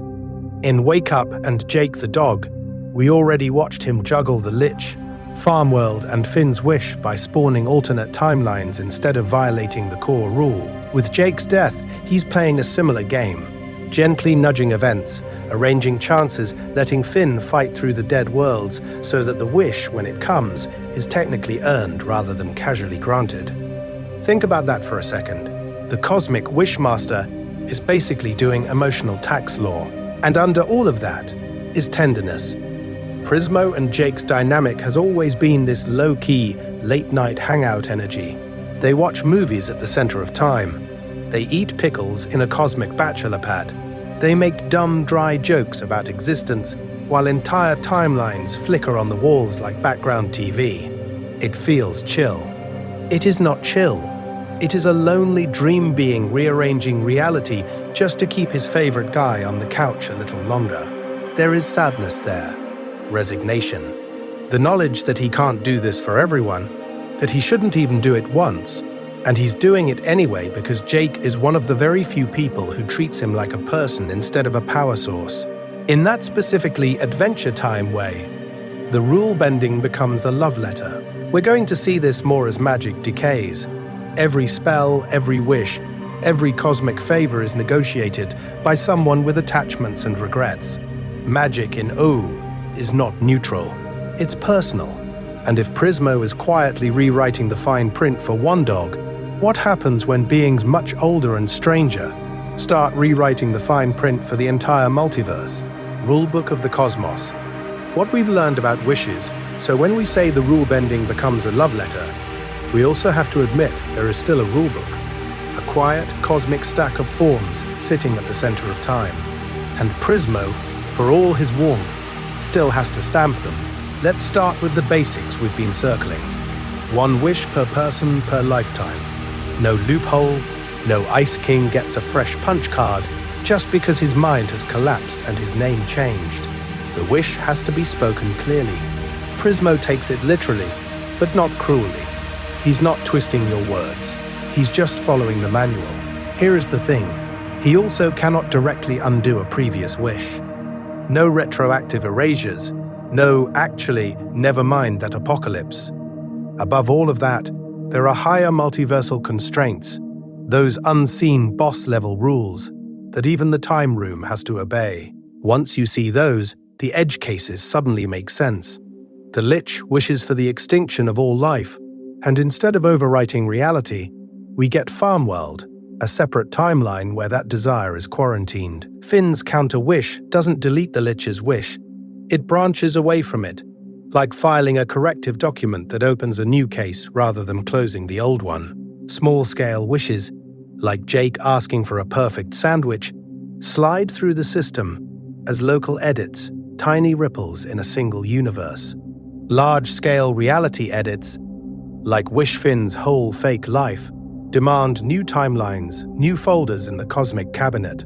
And then there's you, or anyone, standing in that room, realizing your emotional state is part of the paperwork. The wish is literal, but the framing is human. Fear, grief, anger, love, those shape the sentence that gets spoken. Think about that for a second. Prismo doesn't psychically interpret your desire. He just listens to the words you manage to say while your entire existence trembles in front of a pink god who watches movies. Compared to other wish archetypes, Prismo's system feels almost bureaucratic. He is not evil. He is not even indifferent. He is just bound by rules older than time itself. A genie in a lamp is pure narrative chaos. The monkey's paw is pure punishment. Prismo is closer to a cosmic clerk. You don't rub a lamp, you file a request. You don't bargain with a trickster, you interact with a process, one that has precedent, escalation paths, and an invisible supervisor. That's how the show preserves tension. In this video, we're going to keep seeing that wishes never just fix reality, they displace problems into new corners of the multiverse. Farmworld doesn't heal Finn, it externalizes his trauma into another universe. Simon's unseen wish doesn't cure his damage, it just adds another fragile miracle to an already unstable cosmos. Wishes resolve one problem while quietly seeding 5 more, often in some adjacent timeline we'll only glimpse. Pattern interrupt. Imagine the time room not as a throne, but as a late-night office. Fluorescent starlight humming. Infinite screens flickering like cubicle windows. Prismo, 2-dimensional and slouched in a swivel chair, stamping approved on universes, while reruns play softly in the background. The jar of pickles is just his break room snack. The center of time is an after-hours desk job. And as magic elsewhere in Ooh unravels and reforms, we're going to see how many other cosmic beings are also just on shift. The cosmic owl, prophecies as another kind of spell, and once you realize Prismo is basically on cosmic payroll, you start to notice the other beings who aren't clocking in, but who still move the universe. One of the strangest is that enormous yellow eye drifting through the dark. The cosmic owl. He doesn't sit in a time room, he swoops through your dreams. Let's start with how he feels. When the cosmic owl shows up, reality goes soft around the edges, colors flatten, sound gets distant, like you're underwater and in a cathedral at the same time. He doesn't talk much, he just is. Perched in the background of Jake's dream in the New Frontier, or framed by firelight in Finn's apocalyptic visions. His presence lands like a cosmic notification. This moment is a fixed point. Not a fun, optional dream sequence. A fate marker. Here is the thing. In Adventure Time, not all futures are equally flexible. The cosmic owl's appearances tend to tag the moments that are load-bearing for the timeline. Jake dreaming of his own death in a burning space station. Finn seeing himself lose his arm. These aren't quirky possibilities. They're structural joints in reality. You can twist around them, stall them, misinterpret them, but the universe keeps leaning back toward that image, like a door on a warped hinge. Prophetic dreams in this universe work like soft spells. They don't grab your body and puppet you through the event. They grab your attention. They bend your desire. Jake wakes up from his prophecy and spends the whole episode trying to avoid it, which is exactly what steers him into fulfilling it. Finn, haunted by visions of losing his arm, charges harder into danger, into heroism, into confrontation with the Lich and the multiverse. The dream doesn't force the outcome. It nudges you toward the choices that make it inevitable. Think about that for a second. Prismo's magic is active. You walk into the center of time, you speak your wish, and reality updates like a patch. The cosmic owl's magic is passive. You fall asleep, and a single image quietly rewrites how you move through existence. 2 axes of cosmic power. One is a form you fill out, the other is a feeling you can't shake. We're going to see this contrast over and over. Prismo grants the Lich's wish and spawns Farmworld as a whole alternate timeline, precise and literal. The Cosmic Owl doesn't build timelines. He highlights pressure points inside them. When he appears in Finn's vision of the comet, or in Martin's dream, his involvement doesn't save anyone. If anything, it accelerates tragedy and transformation. Knowing the shape of your fate makes you dangerous to yourself. And that's the quiet horror. A wish can wreck a universe, but a prophecy can hollow you out from the inside. If this gentle, dreamlike guidance is one side of cosmic magic, what lives on the other side of the spectrum? If the Cosmic Owl offers images of what must be, who or what embodies pure, corrosive unmaking? Magic that doesn't predict or persuade, but simply erases. Golb, the anti-spell that eats stories, so if prophecy is a soft hand on the wheel, Golb is what happens when the wheel comes off in the middle of the universe. No whisper, no dream, no gentle image of what must be. Just a red asymmetrical wound in reality itself, buzzing like bad reception at the center of time. Let's start with how wrong Golb looks. Most creatures in Ooh, even the terrifying ones, have a kind of design logic. Lich bones, demon horns, elemental crowns. Golb is different. One eye too big, one too small, teeth that don't line up, limbs that look like someone tried to draw a god from memory and gave up halfway through. The air around him hums with static, like the multiverse is trying and failing to render him at the correct resolution. He doesn't feel like a monster.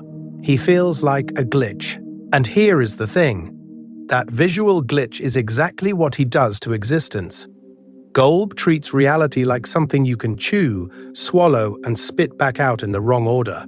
He fuses beings together like Magic Man and Margles twisted into a single screaming statue.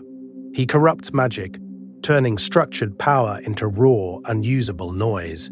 He erases buildings, cities, whole symbolic structures as easily as you might crumple a drawing, not by attacking them in a conventional way, but by making the rules that define them stop applying. Most magic in Adventure Time has rules, elemental cycles, wish contracts, Enchiridion keys that open specific doors. Even chaos has a pattern. Golb is not just more powerful magic. He is anti-magic. He doesn't break the rules by overpowering them. He dissolves the idea that there were rules to begin with. Identities blur, categories collapse, names stop sticking. Think about that for a second. In a universe built on archetypes, hero, princess, wizard, Golb is the force that says none of those categories were ever real. So when Golb finally manifests over Ooh, this isn't just a big boss battle. It's a late-stage crisis in the life cycle of magic itself. After the Mushroom War, after elemental reincarnations, after wish logic and prophecy and cursed artifacts, the system is dense, tangled, overdetermined. Every timeline has been nudged, patched, rewritten. Of course, entropy shows up. Of course, a cosmic garbage disposal for narrative, and power gets summoned by the Lich's worshippers. We're going to see what happens when too much accumulated magic attracts the exact force designed to unmake it.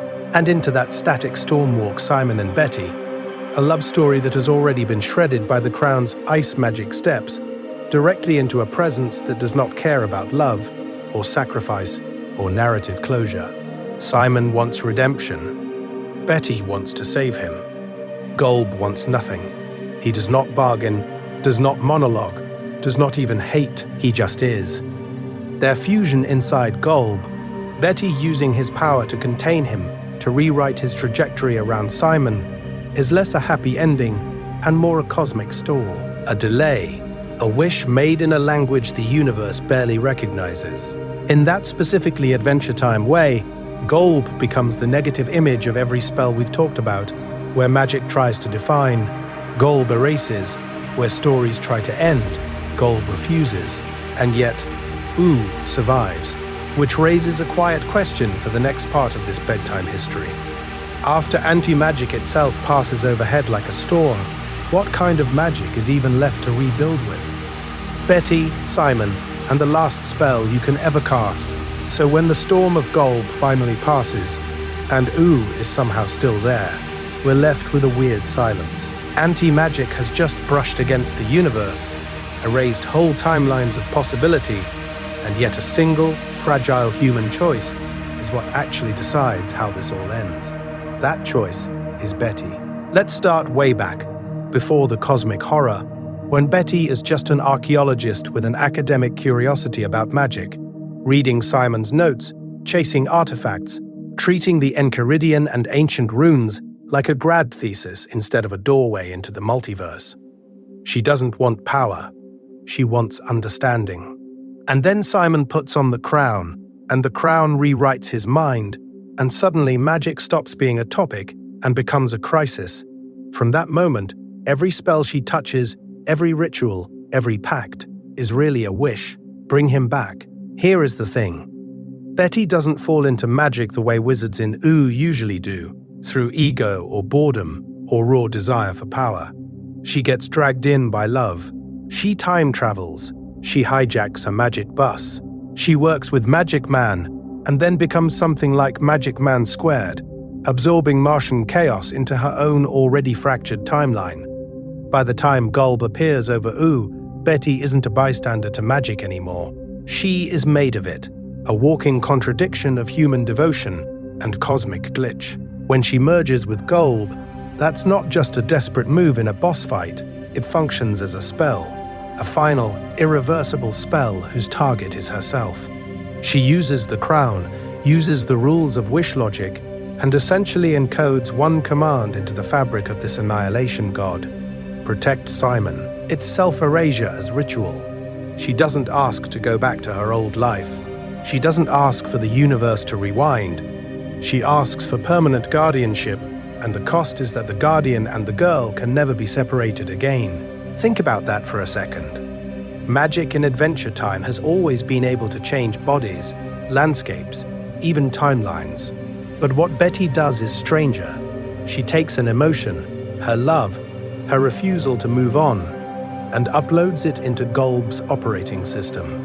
The raw, unstructured chaos that stands outside reality now has a subroutine. Keep this one fragile man safe. In that specifically Adventure Time way, the most destructive force in existence gets patched with a tiny, stubborn human feeling. And it works. Simon lives. Ooh survives. But the tragedy is that Betty's victory is indistinguishable from her disappearance. There is no quiet domestic timeline waiting for her, no version of reality where she and Simon get to be just two people on a couch. Magic finally gives her the power to guarantee his safety, but only by annihilating her previous life, her future, even her ability to want anything else. We're going to sit with that as you drift towards sleep. If a person can be consumed and rewritten by magic so completely that they become a cosmic protocol, what does that say about beings who were never human in the first place? If Betty can turn love into a rule inside Golb, then what, exactly, is Prismo? Who is magic all the way down? Made of Prismo's loneliness, infinite guests, no neighbors, so let's start in the quiet. Not the dramatic Golb apocalypse quiet, but the hum of old electronics and the soft crunch of snacks in a room that touches every timeline and yet feels smaller than your bedroom. Prismo is there, as he always is, draped across his little patch of carpet at the center of time, watching a movie you've never seen, and also every movie that will ever exist, waiting for the multiverse to knock. Here is the thing. Most of Prismo's existence is not wishes. It's waiting. He flips through infinite channels of reality, like you scroll through videos at 3 a.m., not really looking for anything, just trying to stay ahead of the boredom that comes with immortality and a really limited floor plan. He snacks, he rewinds, he rewatches. He runs the cosmic equivalent of the late-night shift at a convenience store that happens to be wired into all of existence. He can alter a universe with a sentence. He can fold a timeline into a wish and iron it flat again. But he cannot step 1 inch off that rug. He cannot call you first. He cannot slide into anyone's reality uninvited. All that power, and his range is carpet. Think about that for a second. The time room looks like a cozy bachelor pad, but functionally it's a magical ankle monitor. And under all of that, there is the old man. Somewhere in some mundane corner of reality, a body breathes in and out, and that breathing is Prismo's heartbeat. If the dreamer wakes, the Wishmaster dies. Not metaphorically, not in a poetic, we are all dreams way. He just ceases. The screens go dark, the snacks are abandoned, the center of time loses its clock. His entire existence is a dependent clause hanging off one human nervous system. There is a quiet terror in that. He jokes about it. He plays it off with that laid-back, in that specifically Adventure Time way charm. But every friendship he makes is built on the knowledge that one alarm clock, one medical emergency, one random moment in some other universe could erase him. No grand battle, no prophecy, just an old man rolling over. That is why Jake matters so much. Finn, too. All the weirdos who stumble in with the desire burning hot enough to cross dimensions. Those conversations, those dumb jokes, those high-stakes wishes become lifelines, bright little interruptions in an endless cosmic night shift. He is not evil. He is not even indifferent. He is just lonely, and the rules will not let him say it out loud. And you, lying there in the dark, scrolling through timelines on your own little screen, you recognize the shape of that loneliness. You wait for messages you cannot force. You orbit other people's schedules. You live inside rules you did not design. In this video, we're going to keep following that thread, from one isolated Wishmaster to the other cosmic insomniacs who maintain reality when no one is watching. Between omnipotence and powerlessness, the Prismo paradox. So when you zoom back from that loneliness, from you with your little glowing screen, and Prismo with his wall of timelines, you start to see the pattern. Adventure Time loves putting characters between extremes, between apocalypse and whimsy, between destiny and free will. And here is the thing. Prismo is the purest version of that. He lives suspended between omnipotence and powerlessness. Let's start with the labels we try to put on him. He is between God and employee. He can rewrite a universe with a sentence, but he still talks about a boss, about procedures, about wish forms. He is between dream and dreamer, a cosmic wishmaster who is also just what happens when an old man at the center of time has a very specific nap. He is between author and character. He edits reality, but his own existence is a subplot in someone else's sleep cycle. Think about that for a second. We're going to use him as a mirror for the show's entire magic system, because Prismo's constraints are not an exception. They are the rule. In Ooh, power always comes with a leash. The Ice Crown gives Simon godlike ice magic, but it charges him his identity. The Enchiridion can open portals and invite cosmic entities in, but only if you're willing to risk the multiverse tearing at the seams. Even Golb, this abstract force of unmaking, is weirdly bounded by ritual and alignment and the emotional state of the people singing in front of it. Prismo fits right into that logic. He can alter any timeline, but only within the wish rules. One wish per person per lifetime. No do-overs, no moral veto, no wishing yourself out of the system. He is not evil. He is not even indifferent. He is just bound by rules older than his own existence. The time room is both a command center and a cubicle. And that raises the quiet question the show never says out loud. Does Prismo envy mortals? You, Finn, Jake, even that sleeping old man whose dream he is. Mortals have less power, but more genuine agency over their endings. You can walk out of the room. You can refuse the quest. You can die and stay dead. In that specifically Adventure Time way, where finality is also a kind of mercy, Prismo cannot. So he copes. The jokes, the chill host energy, the snacks, the movies, those feel less like personality quirks and more like survival strategies. There is sadness there, resignation, the exhaustion of someone who has seen countless desires twist reality and still has to clock in tomorrow. Now, quick pattern interrupt. Imagine Prismo as the universe's sleep paralysis demon. You wake up, frozen, something cosmic sitting on your chest. But instead of terror, he offers you a pickle, slides over a clipboard, and asks very gently if you'd like to file a wish while you're here.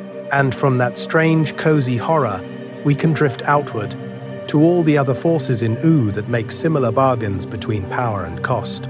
Elemental meltdown, when Candy eats the world, and from that strange, cozy horror of Prismo offering you a pickle at the center of time, we can pan the camera back down to OO, where reality has its own built-in wish system.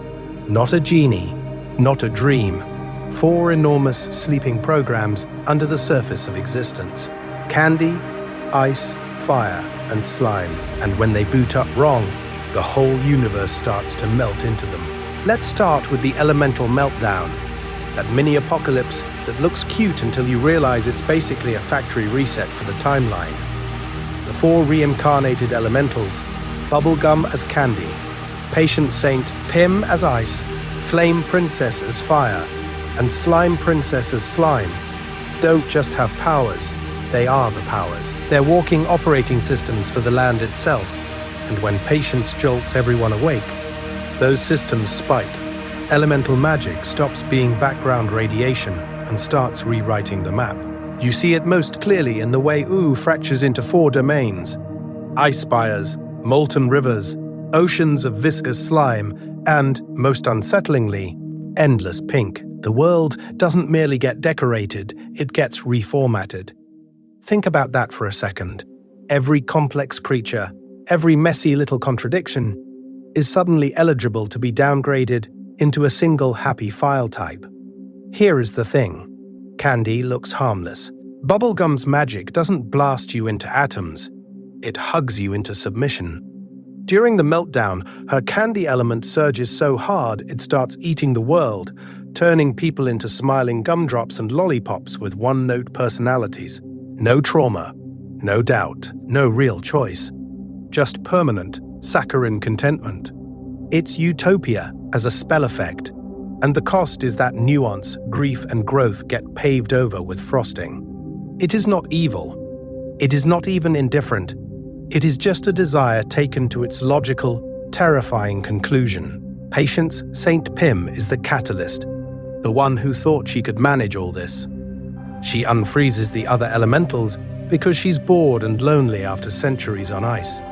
And her own element tells you everything about her worldview. Ice, for her, is not just cold power. It is the wish to freeze change itself, to lock outcomes in a form she can control. She wants a world that behaves, that follows rules she understands, that stops surprising her. In that specifically Adventure Time way, the attempt to control chaos just generates a new, louder chaos. And as Candy overruns individuality, fire threatens to burn it all clean, and slime pulls everything down into lazy, dissolving goo. You see the real shape of elemental magic. Foundational, yes. Beautiful, yes. But also dangerously totalizing.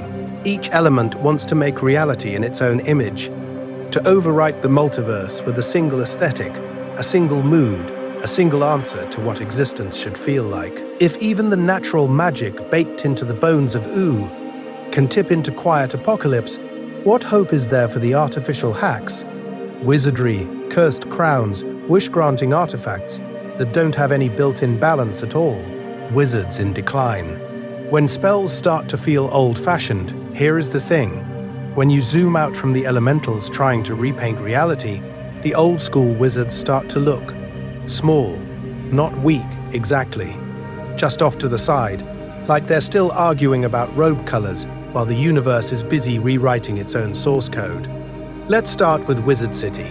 On paper, it's this hidden metropolis of arcane power, a whole skyline built out of spell towers and floating platforms. In practice, it feels like a magical grad school that never updated the syllabus. They recycle the same spell tournaments, the same rankings, the same wizard levels that are supposed to measure power, but mostly measure how well you memorize rules someone else wrote 1,000 years ago. Think about that for a second. While the elementals are literally terraforming OO, and Prismo is at the center of time adjusting timelines like TV channels, Wizard City is still giving out homework. You see it in the culture, Abracadaniel, tiny manticore. The Wizard Council, they're obsessed with status hierarchies and petty rivalries. They hoard spells like trading cards. They enforce bylaws. They almost never notice that the real crises in Oo are elemental surges, cosmic wishes gone wrong, Gold breathing on existence. It's not that wizard magic lacks power. It's that the power is pointed inward, trapped in a social game that doesn't matter to the multiverse. Meanwhile, younger characters like Finn and Jake relate to magic in a completely different way. They don't go to wizard school. They don't chant in ancient languages for 8 hours to learn a slightly better fireball. They pick up artifacts. They form relationships. The grass sword, the Finn sword, the Nightosphere amulet, the Enchiridion. These are shortcuts into deep magical systems that they access through emotion, through trust and betrayal and sacrifice, not through formal spellcasting. Finn's connection to the grass sword isn't a spell list. It's a long, messy relationship that mutates his body and his sense of self over time. Wizardry becomes legacy tech. Powerful, but clunky. Like trying to run the universe on a room-sized computer that needs its own air-conditioned tower when everyone else is quietly switching to ambient elemental fields and compact cosmic contracts. You can still do incredible things if you know the right incantations, if you've spent centuries grinding wizard levels, but fewer and fewer people are willing to dedicate their whole existence to that grind, when a wish with Prismo or a pact with a demon can rewrite your timeline in a single sentence. And in that specifically Adventure Time way, the show lets this decline feel both funny and a little sad. Wizards are still around, still dangerous, still capable of blowing a hole in reality on a bad day, but they're no longer the narrative center of magic. The magical ecosystem is evolving. Elemental forces rise, cosmic entities enforce higher-order rules, artifacts carry ancient desire like batteries. Some forms of magic fade into the background as others become more emotionally relevant. And we're going to follow that evolution all the way to the beings who don't just use magic, but embody the end of magic itself. After Gulb, a world where magic learns to be gentle. So when Gulb finally leaves, it's like someone has been holding the universe's throat for 1,000 years, and then just lets go. The sky doesn't crack. The timelines don't shatter. Nothing explodes. Instead, the land of Oo does something much weirder for a world that has flirted with annihilation every other season. It exhales. Here is the thing. For most of Adventure Time, magic feels like a panic attack waiting to happen. The crown might rewrite Simon's personality. The Enchiridion might open a hole in reality. Some wish in some time room might snap a timeline like a twig. After Golb is pushed back, that pressure field is gone. There is still power. There is still danger. But the background hum of cosmic dread quiets down into something you could actually fall asleep to. Look at Simon. This is a man whose existence has been defined by a single cursed artifact and the way its ancient ice magic colonized his mind. Post-finale, he's not the Ice King, or a tragic multiverse linchpin, or a walking cautionary tale about desire. He's just Simon, a guy making coffee, going to museums, dealing with regular human sadness at human scale. Think about that for a second. The same universe that once used him as a conduit for elemental catastrophe now lets him be a person who worries about rent and relationships. Princess Bubblegum shifts too. For ages, her candy elemental power and hyper-rational control complex made her a soft-spoken tyrant of reality, willing to weaponize science and magic to keep Oo in line. After Golb, we're going to see her more as a community builder than a warlord. Less secret bunker full of doomsday devices. More slow experiments, sustainable governance, making sure the gum people are okay. The magic doesn't vanish. It just stops screaming. Flame Princess, once a walking apocalypse whose emotions could literally scorch the horizon, becomes a leader who uses fire as warmth, as industry, as expression. Her kingdom still burns, but now it's more campfire than volcano. That's the pattern everywhere. Healing magic replaces curses. Little teleportation pings replace world-rending portals. Communication spells let long-distance friends talk across the multiverse without tearing a hole through the center of time. You get small, cozy enchantments, a minor spell to mend a cracked mug, a charm that helps crops grow in the shadow of old bomb craters, a quiet rune that lets you send a message to someone you miss. Magic becomes craft, not crisis. It's still weird, still in that specifically Adventure Time way where a talking cloud can give you existential advice, but it no longer feels like every mispronounced syllable might erase existence. So O reaches a kind of magical adulthood, not safe, not simple, just stable enough that the big cosmic beings can move to the edges of the frame. Prismo is still out there in his time room. The cosmic owl still drifts through prophetic dreams. They don't disappear. They just become like stars you forget are watching, until the night gets quiet enough that you finally look up again. Magic as relationship. Why feelings matter more than spells. So when the stars fade back into the background, when Prismo is just another quiet light at the center of time, here is the thing. The magic that actually moves the universe of Adventure Time is not the flashiest spell or the biggest wish. It's the feeling underneath. The current you can't see, but that every beam of power is secretly riding on. Let's start with Simon and Betty, because their whole arc is basically an emotional lab experiment wired directly into a crown. The ice magic is ancient, alien, full of rules Simon never agreed to. But what actually tears reality, what bends timelines and drags gold into the sky, is not the spellcraft, it's regret. Simon's love for Betty curdles into this lifelong frozen apology, and Betty's love for Simon becomes so intense that she literally uses cosmic power to erase her own future. She doesn't just cast a spell, she becomes the spell. Think about that for a second. Betty writes a wish, hijacks gold, and fuses herself into a metaphysical chaos god, not because she unlocked some higher technical level of magic, but because she cannot live with the possibility that Simon will suffer alone. Love scaled up until it looks like a universe-level hazard warning. Protective, desperate, and in that specifically Adventure Time way, both beautiful and horrifying. Prismo works the same axis, just sideways. He's this cosmic wishmaster, literally built to process desire into altered timelines. But look at the wishes that actually matter. When he bends the rules for Jake, when he nudges reality so his best bro can keep existing, that isn't policy. That's affection leaking into the mechanism. He is not evil. He is not even indifferent. He is just bound by rules older than himself, and still his fondness for Jake keeps pushing little fractures into the system. The universe keeps pretending it runs on logic. It keeps getting hacked by feelings. Bubblegum's control issues are another flavor. Her candy magic, her science, her city of gum people. On paper, it's all rational governance. In practice, every force field, every secret clone, every weaponized experiment is her fear of losing control turned outward. Fear doesn't invent new power. It just weaponizes what's already there until protection and domination start to look uncomfortably similar.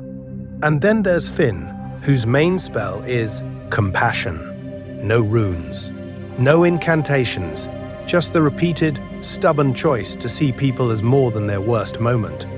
Again and again, that soft power outperforms raw, magical firepower. He talks down monsters. He forgives gods. He walks into cosmic negotiations with nothing but emotional intelligence, and somehow walks out having nudged existence onto a slightly kinder timeline. So we're going to say it plainly.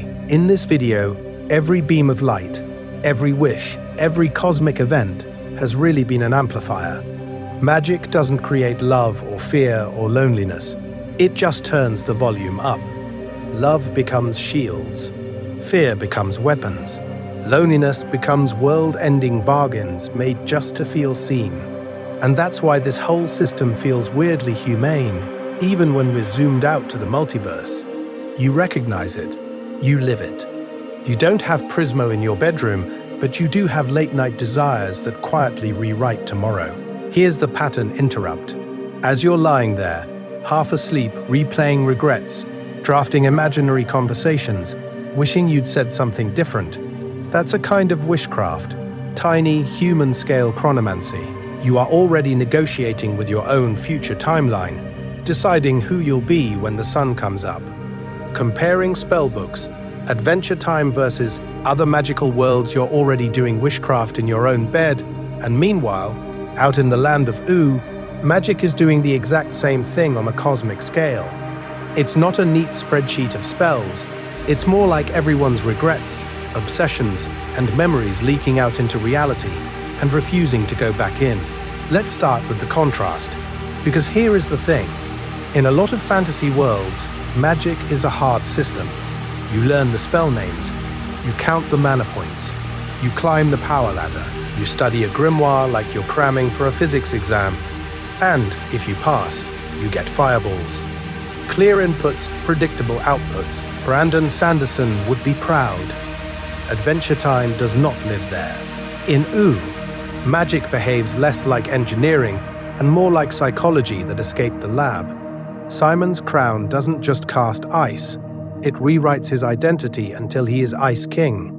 Betty doesn't just cast a spell, she merges with Golb and dissolves into a metaphysical hazard.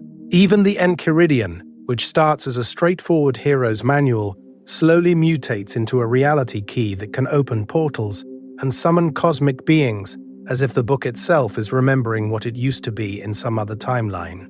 So while other universes obsess over power escalation, Ooh keeps circling identity, memory, and the consequences of desire. Magic is not about who can win the wizard arms race. It's about who you become when reality finally caves and gives you exactly what you asked for. Think about that for a second. The crown answers Simon's desperate wish to protect Betty. Bubblegum's candy elemental power answers her wish for control and safety. Flame Princess's fire is literally her anger and hurt made into an ecosystem. And then there's Prismo, sitting at the center of time, running what looks less like a wish-granting temple and more like a cosmic DMV. In classic genie stories, the wish logic is adversarial. The genie listens, smiles, and then twists your words into a moral lesson about hubris. You ask for immortality, you get eternal paralysis. You ask for love, you get mind control and regret. Prismo doesn't do that. He is not evil. He is not even indifferent. He is just bound by rules older than the universe itself. One wish per person per lifetime, spoken clearly, granted literally. No malicious twist, just cosmic bureaucracy. The danger isn't that Prismo hates you, it's that the multiverse will actually honor your request. Golb is the opposite end of that spectrum. Not a Dark Lord with a throne and a 5-year plan, more like entropy with a face. Golb doesn't monologue, doesn't negotiate, doesn't even seem to care. He fuses beings together, corrupts magic, erases timelines, the way rust eats metal, automatically without intent. His presence feels less like a villain and more like a hole in reality that keeps getting wider. And yet, here is the quiet paradox.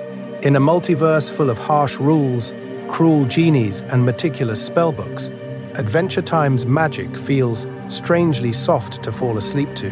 Why does a universe of crowns that steal your mind, wishes that rewrite existence, and entropy monsters at the edge of reality feel comforting, even cozy, when you close your eyes? We're going to follow that feeling next, because the answer hides in who's allowed to hold the power when the lights go out. Why Ooh's magic is weirdly comforting. So here is the thing.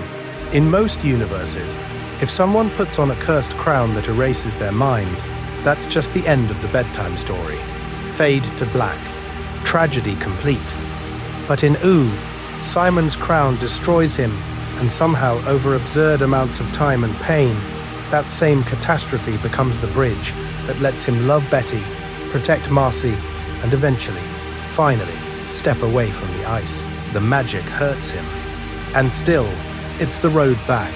Let's start with that pattern, because it repeats everywhere. The Mushroom War tears open reality, mutates the planet, wakes up elemental forces that should have stayed theoretical. That is horror. That is extinction-level magic.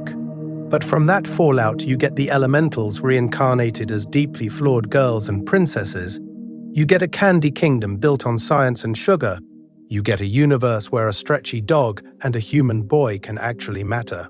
The worst timelines still sprout tiny, stubborn pockets of connection. Characters in Adventure Time are rarely just victims of power. They bargain with it. Think about that for a second. Marceline doesn't simply suffer from her demon inheritance. She negotiates with it, sings with it, even weaponizes it into empathy. Finn doesn't just get cursed by the grass sword, he wrestles with it, fuses with it, then lets it go, until that same cursed line becomes Fern, a tragic, leafy echo who still loves the world he's trying to escape. The magic is dangerous. It is also conversational. Even the big cosmic forces feel strangely approachable. Prismo lives at the center of time, controls wish logic that can rewrite the multiverse, and yet his time room looks like a sleepover where reality took a nap on a beanbag. The cosmic owl delivers prophecies inside your dreams, but he's also an overworked middle manager of fate. Golb is the closest the show gets to pure metaphysical horror, a force that erases and fuses and unmakes. And somehow, the response to Golb is not a bigger laser, but a song about forgiveness. That tonal blend is the secret lullaby. Cosmic dread, immediately undercut by jokes, by friendship, by some tiny, stupid joy. And that mirrors your life more than it has any right to. You live under huge impersonal forces: time, death, history, algorithms, the quiet bureaucracy of existence. You cannot wish those away, but in that specifically Adventure Time way, the show keeps whispering that you still get to choose how you hold them. You still get to make a sandwich, tell a joke, adopt a vampire queen as your found family. So as you're listening in the dark, your room shrinking down to the small radius of your breathing, these gigantic ideas, multiverse timelines, elemental cycles, cosmic rules of desire, start to feel manageable. They're big, but they're framed like stories your weird uncle might tell on a couch at 2 a.m. We're going to let those worries scale correctly now.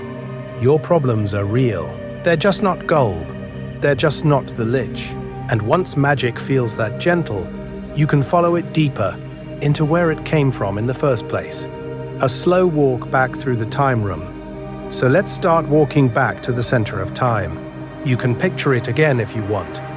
The time room, floating in the multiverse like a bachelor pad someone accidentally left at the heart of reality.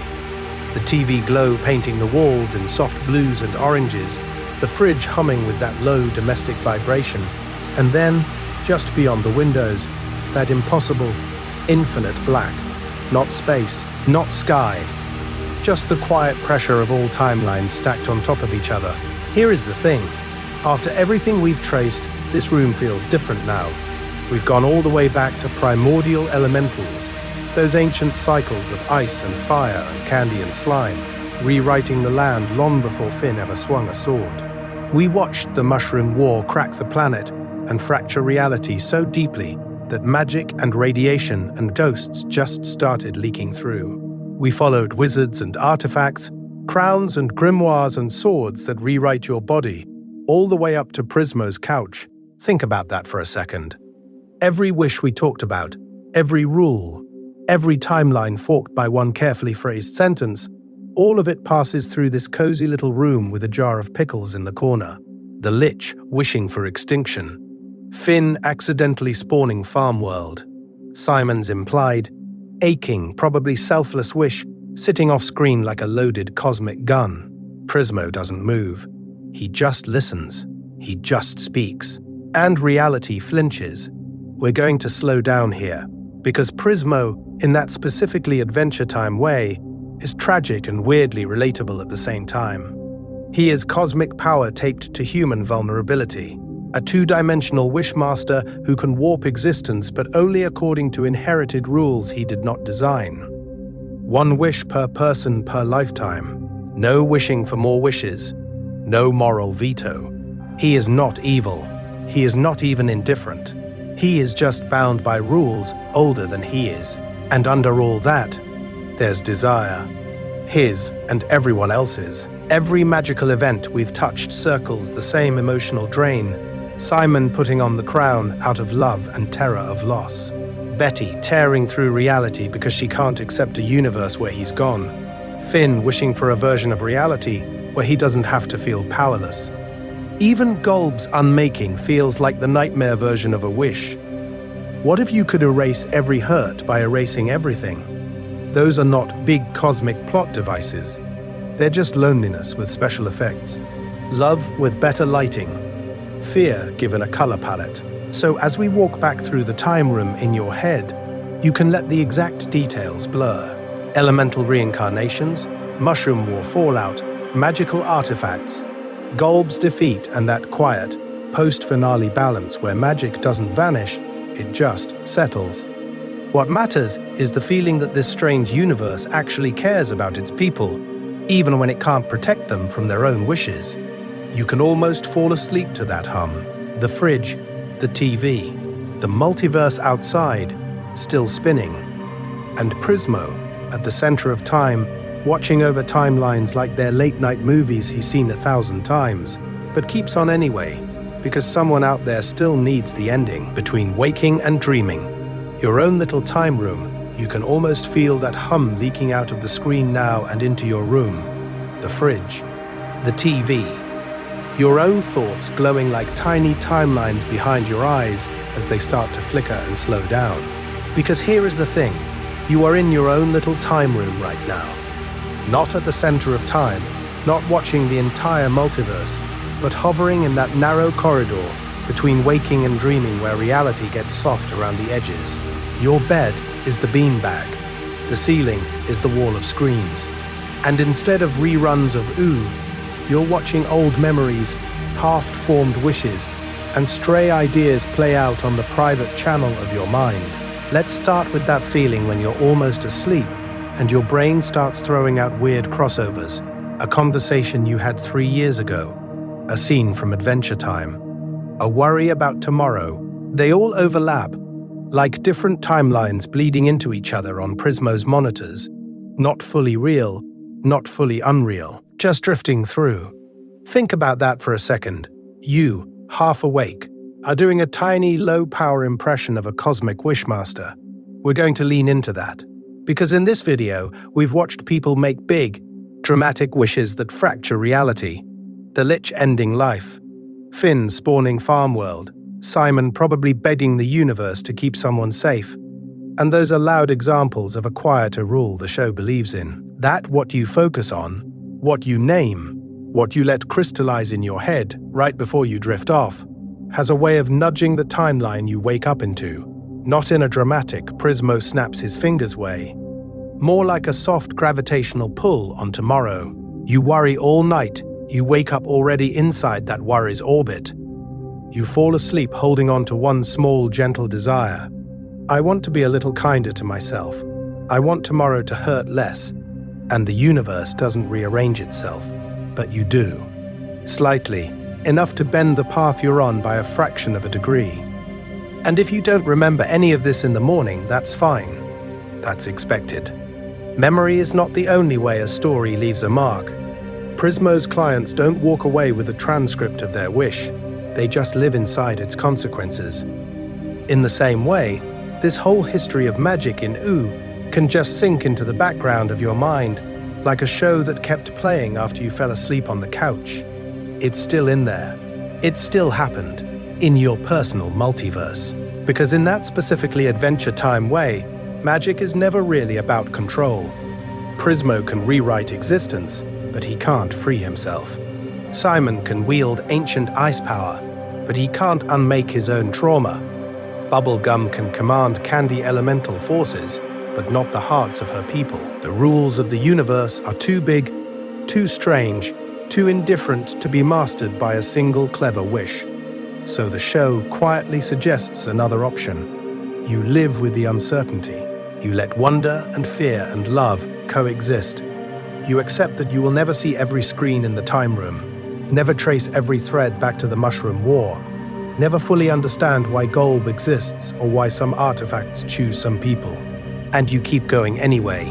Right now, you're floating in that same uncertainty, eyelids heavy, brain half in ooh and half in your own life. That's not a bug in consciousness. That's the feature. That's the liminal magic Prismo lives inside permanently, and you visit every night. And somewhere out there, on some unwatched screen, in some forgotten spellbook, in some quiet corner of the Candy Kingdom library, there are still stories about ooze magic that we haven't touched yet. Origins no one remembers. Deals no one should have made. Powers that never woke up. We're going to get to those. Another night, another wish, another slow drift back to the center of time. Gentle outro. Leaving a little wish in the algorithm, we're going to leave things very gently now. The hard edges of ooze magic can blur out at the sides like an old CRT screen in Prismo's time room, slowly dimming down to black. If you're somehow still awake, still here at the center of time with us, here is the thing. You don't have to do anything. You can just drift. But if you liked floating through this quiet history of magic and wishes and weird cosmic power, you can, very softly, tap like on the video or subscribe so the algorithm remembers to bring you back the next time you want to fall asleep to impossible timelines and enchanted crowns. Think about that for a second. In an ocean-sized multiverse, with universes collapsing and restarting, and Golb humming in the background like a broken refrigerator, your tiny click is basically nothing. A pixel. A whisper. But in that specifically Adventure Time way, it's also a tiny wish you send out into the algorithm. More long, sleepy lore dives, please. No pressure. No prophecy. Just a small, reversible interaction with a non-sentient recommendation engine. When you wake up, whenever that is, in whatever timeline you land in, you can leave a comment if you feel like it.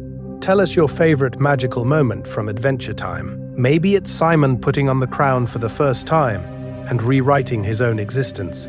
Maybe it's Bubblegum standing there as the candy elemental, quietly being older than her whole kingdom realizes. Maybe it's Prismo on his couch, or the Enchiridion opening a door it probably should not open. Or maybe it's something tiny, a background spell, a throwaway artifact, a wish that barely changed reality at all. Those count. They always counted. Let's start thinking of this comment section as a little archive at the edge of the universe, a place where your favorite spell or character or cursed sword can just sit on a shelf and be remembered. You don't have to write an essay. You can literally just type Prismo's pickle jar and vanish again into sleep. And if this helped you drift off, you might like where we go next. Quietly, slowly, we're going to trace Prismo himself in another video. Every wish, every rule, every lonely movie night in the time room. We'll wander through Simon and Betty's whole tragic orbit, walk very carefully around Golb, and sink deeper into the elementals, ice, fire, candy, slime, and how they keep trying to reset the board. Not a schedule, not a command, just future dreams queued up on some cosmic autoplay. So for now, you can let the screen fade, let the audio fall back into the background of your mind, and let silence do the rest. Wherever you are, in whatever version of reality you wake back up into, I hope you rest well, your wishes stay gentle, and your timeline treats you kindly. Good night from the center of time. Appendix 1. A sleepy timeline of magic in Ooh. Let's start by zooming all the way out, past Prismo, past the center of time, until Ooh is just a little marble floating in a very weird cosmic pocket, and we can see its whole magical life like a slow, glowing heartbeat. You don't have to remember any of this. You can just let it pass through you. First, the primordial elementals. Before humans, before kingdoms, there were 4 ancient beings: ice, fire, candy, slime. Pure forces walking around as people. Their power shaped oceans, skies, and the basic emotional temperature of reality. Ice made memory heavy and slow. Fire made desire sharp and dangerous. Candy softened existence into comfort. Slime dissolved borders. Balance, disruption. Then balance again, slightly stranger. Then the pre-mushroom human age, when magic is fading, but not gone. Simon finds the crown, a relic of ancient ice logic that rewrites his mind to match its power. Wizards experiment on the edges of reality, like bored grad students with doomsday lasers. Humans build cities over sleeping elemental veins, pretending the universe is rational while wearing an artifact that whispers otherwise. Think about that for a second. Here is the thing. The Mushroom War is not just a bomb. It is a spell written in radiation and regret. When it hits, the timeline fractures. Mutants bloom, spirits wake up. Dormant magic rushes in to fill all the new cracks in existence. The world ends, and in that specifically Adventure Time way, that means it also begins. Early Wizard Age comes next, in the ruins. Magic users like Evergreen's distant inheritors, like tiny proto-Ice Kings and baby necromancers, start codifying power into schools, hats, and very questionable facial hair. Abracadaniel, Magic Man, all of them are symptoms of a universe relearning how to be openly magical again. The rules are loose. The vibes are unhinged. Artifact proliferation follows. The Enchiridion stops being just a hero's manual and becomes a key, a portal, a lever that can tilt the multiverse. The Grass Sword, the Nightosphere Amulet, cursed crowns, wands and grimoires accumulate until Oo is basically a lost and found box for unstable reality hacks. Every object is a tiny wish waiting to misfire. Then the Cosmic Age, overlapping everything. Prismo in his time room, the Cosmic Owl in dream space, Death, Orgalorg, the whole bureaucracy above Oo's pay grade. Wishes rewrite timelines. Farm world branches off. The universe becomes aware of itself as a multiverse with rules and loopholes. Golb crisis. Chaos incarnate drops in, fusing, corrupting, unmaking. Magic screams. Crowns melt. Identities blur. But even that horror folds back into the pattern. Post-Gold balance is quieter. Elementals reincarnated. Magic less loud, more integrated. Less about raw power, more about relationship, repair, and choosing what to wish for at all. We're going to leave you there, drifting over this sleepy timeline, letting the edges blur. If the order goes fuzzy as you fall asleep, that's fine. Your brain will keep whatever pieces feel gentle. Appendix 2. Types of magic and their favorite tricks. So while you're floating there in that quieter post-Gold balance, it helps to know what's actually humming under the surface. Because Oo isn't powered by one clean system of magic. It's a whole ecosystem, a magical field guide that someone left open on the nightstand of the universe. Let's start with the oldest layer, elemental magic, ice, fire, candy, and slime. These aren't just spell flavors, they're personalities baked into reality. Elemental power runs on identity.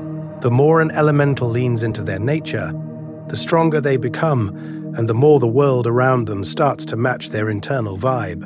The cost is that same identity getting hardened, simplified, sometimes frozen in place. Think about that for a second. To save the timeline, you might have to become a caricature of yourself. Wizard magic feels different.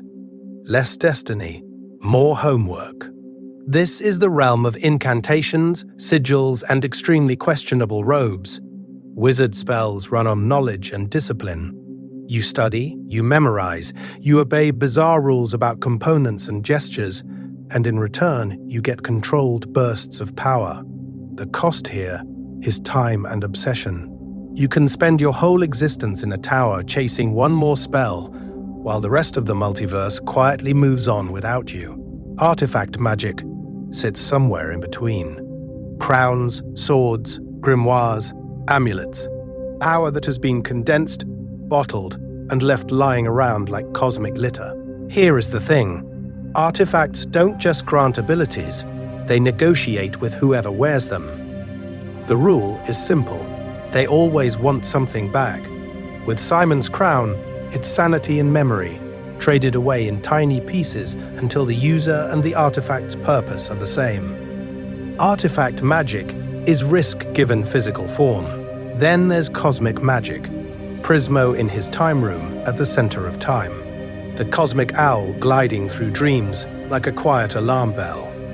This level of magic is all about rules and structure. Wishes, prophecies, timelines. You speak clearly, reality adjusts, but only along permitted channels. Even Prismo, who can bend existence like taffy, still answers to procedures and a mysterious boss. The cost here is constraint. You get infinite reach, but almost no freedom to improvise. And finally, anti-magic, Gold. Not just a monster, but the absence of pattern itself. If elemental magic is personality, Golb is depersonalization. If cosmic magic is bureaucracy, Golb is the office fire. His presence fuses, corrupts, or erases, turning complex beings into single screaming notes. Anti-magic runs on loss. It doesn't build, it unbuilds. In that specifically Adventure Time way, these categories overlap constantly. Simon's crown is elemental ice channeled through an artifact. Betty riding with Golb is cosmic wish logic colliding with anti-magic erasure. Even the Enchiridion slides from hero manual to multiverse key. No one type ever wins for long. They coexist, clash, and cross-pollinate, like competing theories of reality, all accidentally sharing the same apartment. So as you drift, you can mentally shelve each spell you remember: identity, knowledge, risk, rules, or loss. Which current is actually moving that moment? And which one, quietly, is waiting its turn? We're going to take those shelves and very gently open them back up in the next section, tracing how these magics shape actual people, relationships, and the small wishes that never reach the time room at all. Appendix 3. Every wish that mattered. Softly listed. So let's open one more shelf together, very quietly, and lay out the wishes themselves. Not the theories, not the rules, just the moments where someone spoke into the center of time and reality, bent to listen. Let's start with the smallest one that still feels huge: Jake's perfect sandwich. Jake wishes for the ultimate, transcendent, mathematically ideal sandwich, and Prismo, delighted, delivers. No apocalypse, no fracture in the multiverse, just a dog, a plate, and joy. The consequence is almost comically gentle. Jake uses his one cosmic wish on comfort, and in that specifically Adventure Time way, the universe nods and says, yes, that matters too. Then the Lich arrives. I wish for the extinction of all life. 5 words, and suddenly every timeline is on the chopping block. Prismo does not argue. He does not negotiate. He simply grants the wish, because those are the rules, and reality shatters sideways into farm world instead of collapsing outright. Think about that for a second. One sentence, and an entire alternate universe is born as a side effect, like cosmic runoff. Finn, horrified, uses his own wish to counter it. He asks that the Lich never existed, and Prismo translates that desire into a branching timeline where the Mushroom War ended differently, where Simon never put on the crown, where Finn is a farm kid with a cold metal arm and a very different life.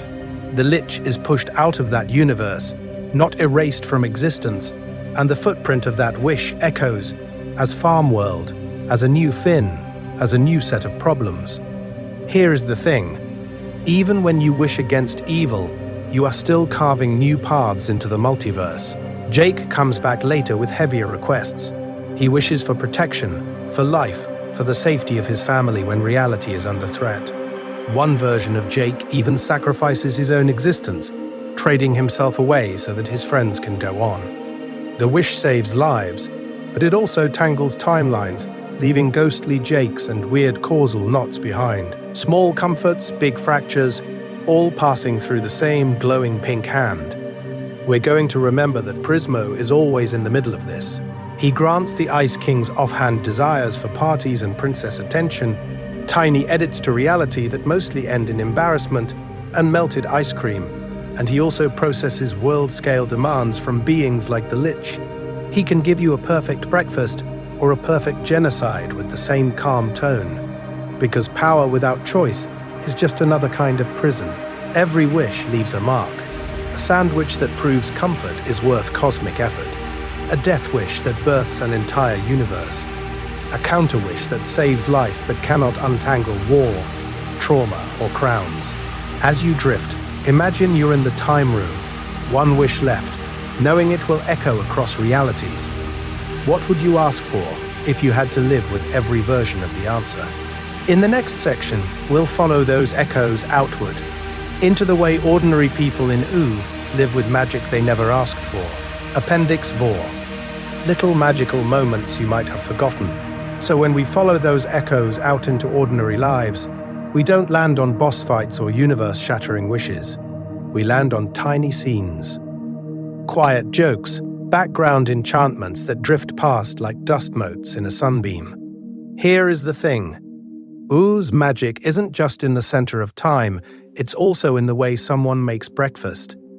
Let's start with something as small as a potion label.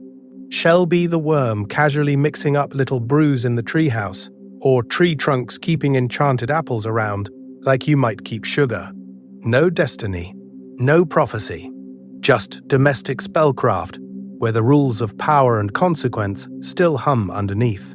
You drink a glowing potion in this universe, and yes, it does exactly what it says, but it also rearranges your afternoon, your mood, your relationships. Think about that for a second. Even a gag love potion has to live in a timeline afterward. We're going to drift through a few of those, like Choose Goose, waddling in with cursed amulets and suspiciously affordable relics, speaking in riddles that are basically magical fine print. He is not evil. He is not even indifferent. He is just a merchant in a world where reality can be haggled over, where the price of an artifact is never just coins, it's also embarrassment, obligation, a future favor you didn't realize you were wishing into existence, or the tiny spell that lets Finn and Jake enlarge themselves to play giant in the Candy Kingdom, a throwaway sight gag that still obeys the show's internal rules, body stretch, physics bend, but someone has to deal with the footprints. Magic is fun, but it leaves tracks. It always leaves tracks. There are background creatures too, like the crystal sentries in the crystal dimension, or little cloud beings that rearrange themselves into shapes when disturbed. They're not announcing lore, they're just existing, quietly proving that the baseline of this reality is already enchanted. In that specifically Adventure Time way, the weirdest element is how normal it all feels to the people living there. Even tiny charms have emotional resonance. The simple grass blade that becomes the grass sword, then a cursed arm starts as a cool toy upgrade and turns into a meditation on identity and loss. A visual gag that grows teeth, a background wish for power that keeps cashing itself in, with interest. And somewhere, in some forgotten episode corner, you remember a wizard mispronouncing a spell, or a candy citizen using a minor hex like you'd use a light switch. No fanfare, just daily life in a multiverse where magic is as routine as gravity. As you picture these little scenes, it's like flipping through a scrapbook of half-remembered enchantments. Each page a small glowing interruption in the ordinary. The edges blur, the colors fade to soft pastels. One by one, those moments close, like pages settling, until the whole book is gently shut and set back on the shelf, waiting for another night, another timeline, another quiet wish for sleep. Appendix V, unanswered questions and quiet mysteries. And when that imaginary scrapbook closes, there are still a few pages we never even got to see. Not because we missed them, but because they were never printed in the first place. They exist in that soft, invisible margin where Adventure Time likes to hide its biggest questions. Let's start with Golb. We see what Golb does, corrupting, fusing, unmaking, turning ordered existence into this raw, buzzing chaos. But we never really learn where Golb comes from, or what universe thought it was a good idea to invent a walking cancellation of reality. Is Golb older than the Mushroom War? Older than the multiverse itself, or just the universe's anxiety dream made flesh? Think about that for a second. A cosmic error message given teeth. Then there's the multiverse. We're going to talk about timelines, about Farmworld and Wishborn branches, about Prismo at the center of time watching every possible version of you, like channels on an infinite TV. But the show never hands us a final diagram. No master chart on a whiteboard that says, here is Universe A, here is Timeline 37B, here is where all wishes go to cool down. The deeper nature of that multiverse stays deliberately out of reach, like a remote that's always just between the couch cushions of reality. And somewhere, quietly, an old man keeps sleeping. Prismo's dreamer, the most important, unimportant human in existence. We watch Prismo die and return. We watch wishes rewrite causality, but we never get a calm, narrated answer about the dreamer's ultimate fate. Does he ever wake up for good? Does he dream forever, looping through time while universes flicker in and out around him? Or does the universe at some point just gently dim the lights and let both dream and dreamer rest? Here is the thing, those gaps are not mistakes. They are design. In that specifically Adventure Time way, the rules stop right before they would crush all the mystery. The origin of Golb, the exact architecture of the multiverse, the final page of Prismo's story, these are left as open doors rather than locked safes. You are not meant to solve every door. You are meant to walk past some of them and feel the cool air drifting out. Not knowing everything can be its own comfort. Certainty is sharp. It has edges, conclusions, final verdicts. Mystery is more like a pillow. You don't interrogate a pillow. You just let your head sink in and let it take the shape of whatever wild theory, half-remembered lore detail, or impossible wish drifts through your mind as you fall asleep. So as you lie there, if a question about Golb, or about the multiverse, or about Prismo's dreamer floats up, you don't have to chase it. You can let it appear, glow for a moment, and then drift away again, like a channel Prismo flips past, or a desire that never needs to be spoken out loud. You can have a theory, and then another, and then change your mind entirely without ever landing on an answer. The questions can just keep you gentle company. And here's the quiet pattern interrupt. Imagine all those unanswered lore questions as stars. You can see them. You can navigate by them. You can even give them names that only matter to you. But you never have to touch them. You just lie there beneath that cosmic ceiling, watching distant points of maybe and almost and what if, until your eyes finally close and the universe for tonight does not need to explain itself. If you're still awake, a tiny thought experiment. So while you're lying there under that ceiling of unanswered stars, let's start a tiny private detour. Not lore, not canon, just you, half asleep, building your own quiet corner at the center of time. Imagine your version of the time room. Not Prismo's, not the show's, but the one that would make your nervous system exhale. What does the couch look like, if there even is a couch? Maybe it's a ridiculous mountain of pillows. Maybe it's one perfectly worn chair that knows the exact shape of your spine. Maybe there's a floor. Maybe there's just a soft, endless gradient under your feet, like standing on a sunset. Here is the thing. This is still the center of time, but it doesn't have to look cosmic. You can give it one window or 1,000. Outside, maybe you see, looping through every timeline, Farm World and the Lich's Wasteland, and the Candy Kingdom all stacked like transparent film. Or maybe the window just shows rain on glass, forever, in that specifically Adventure Time way where the universe is allowed to be small and domestic, even while it's infinite. Check the table. There are snacks, obviously. Whatever your brain quietly reaches for when no one is watching. A bowl of cereal that never gets soggy. Fries that never cool down. Tea that is always at the exact right temperature, obeying some personal law of thermodynamic comfort. No scarcity, no guilt. Just the background hum of being allowed to want something and have it. Now in this room, you get one wish. Not a clever wish, not a lawyered wish. Just the first real desire that floats up when you're too tired to perform for anyone, including yourself. Think about that for a second. What would you be tempted to ask for? More time with someone. A version of you that isn't carrying this particular weight. A future where you already survived the thing you're scared of right now. We're going to add one gentle rule. There is a cost, but it's quiet. Maybe you lose one old fear, but also one old excuse. Maybe you get the path you want, but you don't get to remember every branch you didn't walk. Nothing dramatic. No monkey's paw, just the normal trade-offs that already exist in your life, made visible for a moment. And you don't have to optimize this. You don't have to make the morally perfect, loophole-proof, multiverse-safe wish. The wish can be vague. It can be messy. It can even be wrong. Because this isn't about power. It's about seeing what your desire does when it thinks no one is grading it. In Adventure Time, every wish Prismo grants becomes a new timeline, but your actual life already works like that. You choose the late text or the silence. You choose to stay or to leave, or to delay the decision and pretend that's neutral. Each tiny choice is a wish on your own existence, nudging your personal universe a fraction of a degree. But here, tonight, you don't have to decide anything. You can let the room blur. Let the snacks fade, the window dim, the wish itself dissolve back into background noise.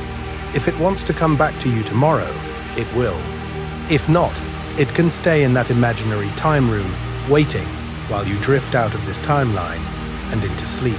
A final pass through the land of ooh. So let's take that blur and lift it up. Imagine the time room dimming behind you, Prismo's screens shrinking to tiny constellations, and you drift out through that window like a slow, deliberate wish escaping into the universe. You're rising now, weightless, and the land of ooh is unfolding beneath you like a sleeping map of every spell and mistake and miracle we've talked about.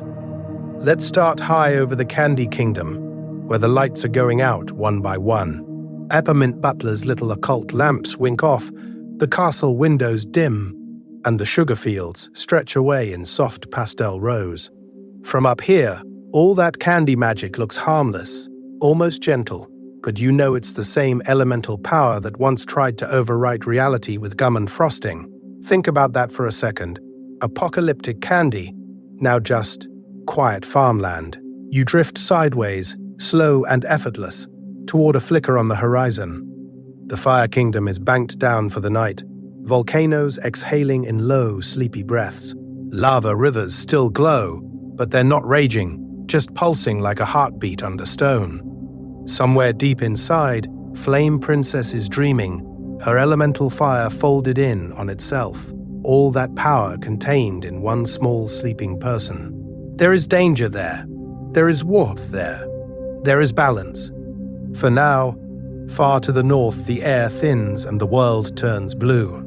Ice mountains rise up like frozen thoughts, sharp and bright under the stars. The Ice King's old castle is just a silhouette now, a jagged crown against the sky.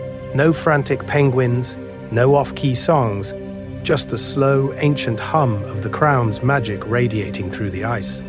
Here is the thing. Even when Simon rests, the spell that rewrote his mind is still quietly holding its line in the timeline, like a program that never quite shuts down. You angle lower over slime swamps that glisten under moonlight, bubbles rising and popping with lazy alchemical plops. Slime towers lean at impossible angles, their windows glowing a faint radioactive green. It looks ridiculous and vaguely illegal in that specifically Adventure Time way, but this too is elemental power at rest, oozing rather than conquering. On a distant ridge, wizard towers poke at the sky, each one a strange little hypothesis about how reality should work. A few windows are still lit, an experiment finishing itself, a spell circle cooling on a stone floor. Magic here is not a battle, not a crisis, just a quiet argument with the universe that can wait until morning. As you rise again, the landmarks shrink. The Candy Kingdom becomes a candle stub, the Fire Kingdom a coal, the Ice King's castle a shard of glass, Wizard City a cluster of fireflies. Even the old Nitosphere portal site is only a faint bruise in the air, and high, high above, the time room is just another invisible node at the center of time. From up here, the multiverse feels less like chaos and more like choreography. Every wish, every crown, every amulet is part of a system that for this one moment is not demanding anything from you. It's all still there. It will all still be there tomorrow. We're going to let it fade now, like the end credits of a long movie you almost finish before sleep wins. The lights of Ooh dim. The edges of the map soften. The last wizard tower window clicks off, and you are just falling, gently, out of this reality and into your own, carrying only the quiet knowledge that somewhere, in some timeline, all of that magic is resting too. Soft credits, gratitude in a multiverse of noise, and before we step all the way out of this reality, before the last little spark of Ooh's magic slips back into the dark, here is the thing I want to leave you with. Thank you. You, specifically. You in your bed, on your couch, on a late bus, in some apartment or house or dorm somewhere in this universe, letting this long, tangled history of magic pour past you like a river you don't have to swim in. You chose, out of an entire multiverse of noise and flashing thumbnails and infinite timelines of distraction, to be here, drifting with us through old crowns, elemental destinies, and a wishmaster at the center of time. Think about that for a second. In a reality where you could be watching explosions or arguments or countdowns of the top 10 most cursed artifacts, you let this be quiet. You let it be slow. You let it be about a cartoon cosmology of desire and consequence, and you let that be your background hum while your brain powers down. That quiet choice is its own tiny magic, a little wish you granted yourself for calm, even if you didn't say it out loud. And if you slept through most of it, that's not a failure. That's the point. This isn't an exam on the Enchiridian's publishing history. No one is grading you on whether you remember which elemental woke first after the Mushroom War or how Prismo's wish rules braid across timelines. This video is designed to be both. Foreground lore if you're awake, and soft, low-resolution comfort if you're not. You can let entire sections vanish into the dark like forgotten timelines, and the universe will keep going just fine. We're going to keep making journeys like this, tracing magic from the first spark to the last echo, from Golb's unmaking to the quiet rebirth of balance, from the cosmic owl's prophecies to the way a single wish can tilt an entire existence. If you ever want to walk those paths again, you already know where the door is. No rush. No call to action shouted over the credits, just an open time room, waiting, with the TV already on. So now, imagine the lights in that room dimming. The wall of timelines softens to a warm, static glow. Prismo leans back into his cosmic couch, remote slipping from his hand, as if even he is finally out of wishes for the night. The sound drops to a murmur, then to a hush, then to almost nothing. In this video, we've followed magic across ages and universes, but here, at the edge of it, there's only you, your breathing, and the quiet. The credits are still rolling somewhere, in that specifically Adventure Time way, but we're already walking away, letting the glow fade behind us, leaving you with the simplest possible wish. Rest, fade to black, leaving the time room door ajar, so let's start at the center of time again, just for a second before you drift the rest of the way out. Prismo is still there. Of course he is. He's slouched in his cosmic beanbag, half watching some grainy, low-stakes movie on that little TV, half listening to the echo of wishes he's already granted humming through the walls like distant traffic in the multiverse. He laughs once at a joke you barely hear, then he goes quiet again. The kind of quiet that doesn't need to prove anything. Around him, the time room lights dim a notch, not off, just softer. The neon edges lose their bite. The screens at the periphery of his reality roll from sharp, frantic timelines into slower, sleepier images. A campfire in Ooh burning low. A fire elemental cooling to embers. A stray ice spell from some forgotten wizard melting on a lonely mountain. The power is still there. It's just resting its eyes. Outside, the universe looks like a calm, dark sea, dotted with tiny, sleeping realities. Little islands of existence, each one holding its own Mushroom War scars, its own weird artifacts, its own quiet heroes who have no idea they're being watched from a cosmic bachelor pad. Think about that for a second. Every wish we've talked about, every spell, every elemental tantrum, is just a ripple on that surface, already fading back into stillness. Here is the thing. Even when it all looks still, it isn't. Somewhere in Ooh, Right now, someone is picking up a spellbook they don't understand, or touching an amulet that hums a little too loudly, or whispering a desire into the dark without knowing anyone is listening. Somewhere a kid is making a tiny, ridiculous, absolutely world-shaping wish. Another story is already beginning. Another bad idea. Another small act of courage. Another timeline branching off the main road and running into the night. We're going to leave before we see how that one turns out. That's not our job tonight.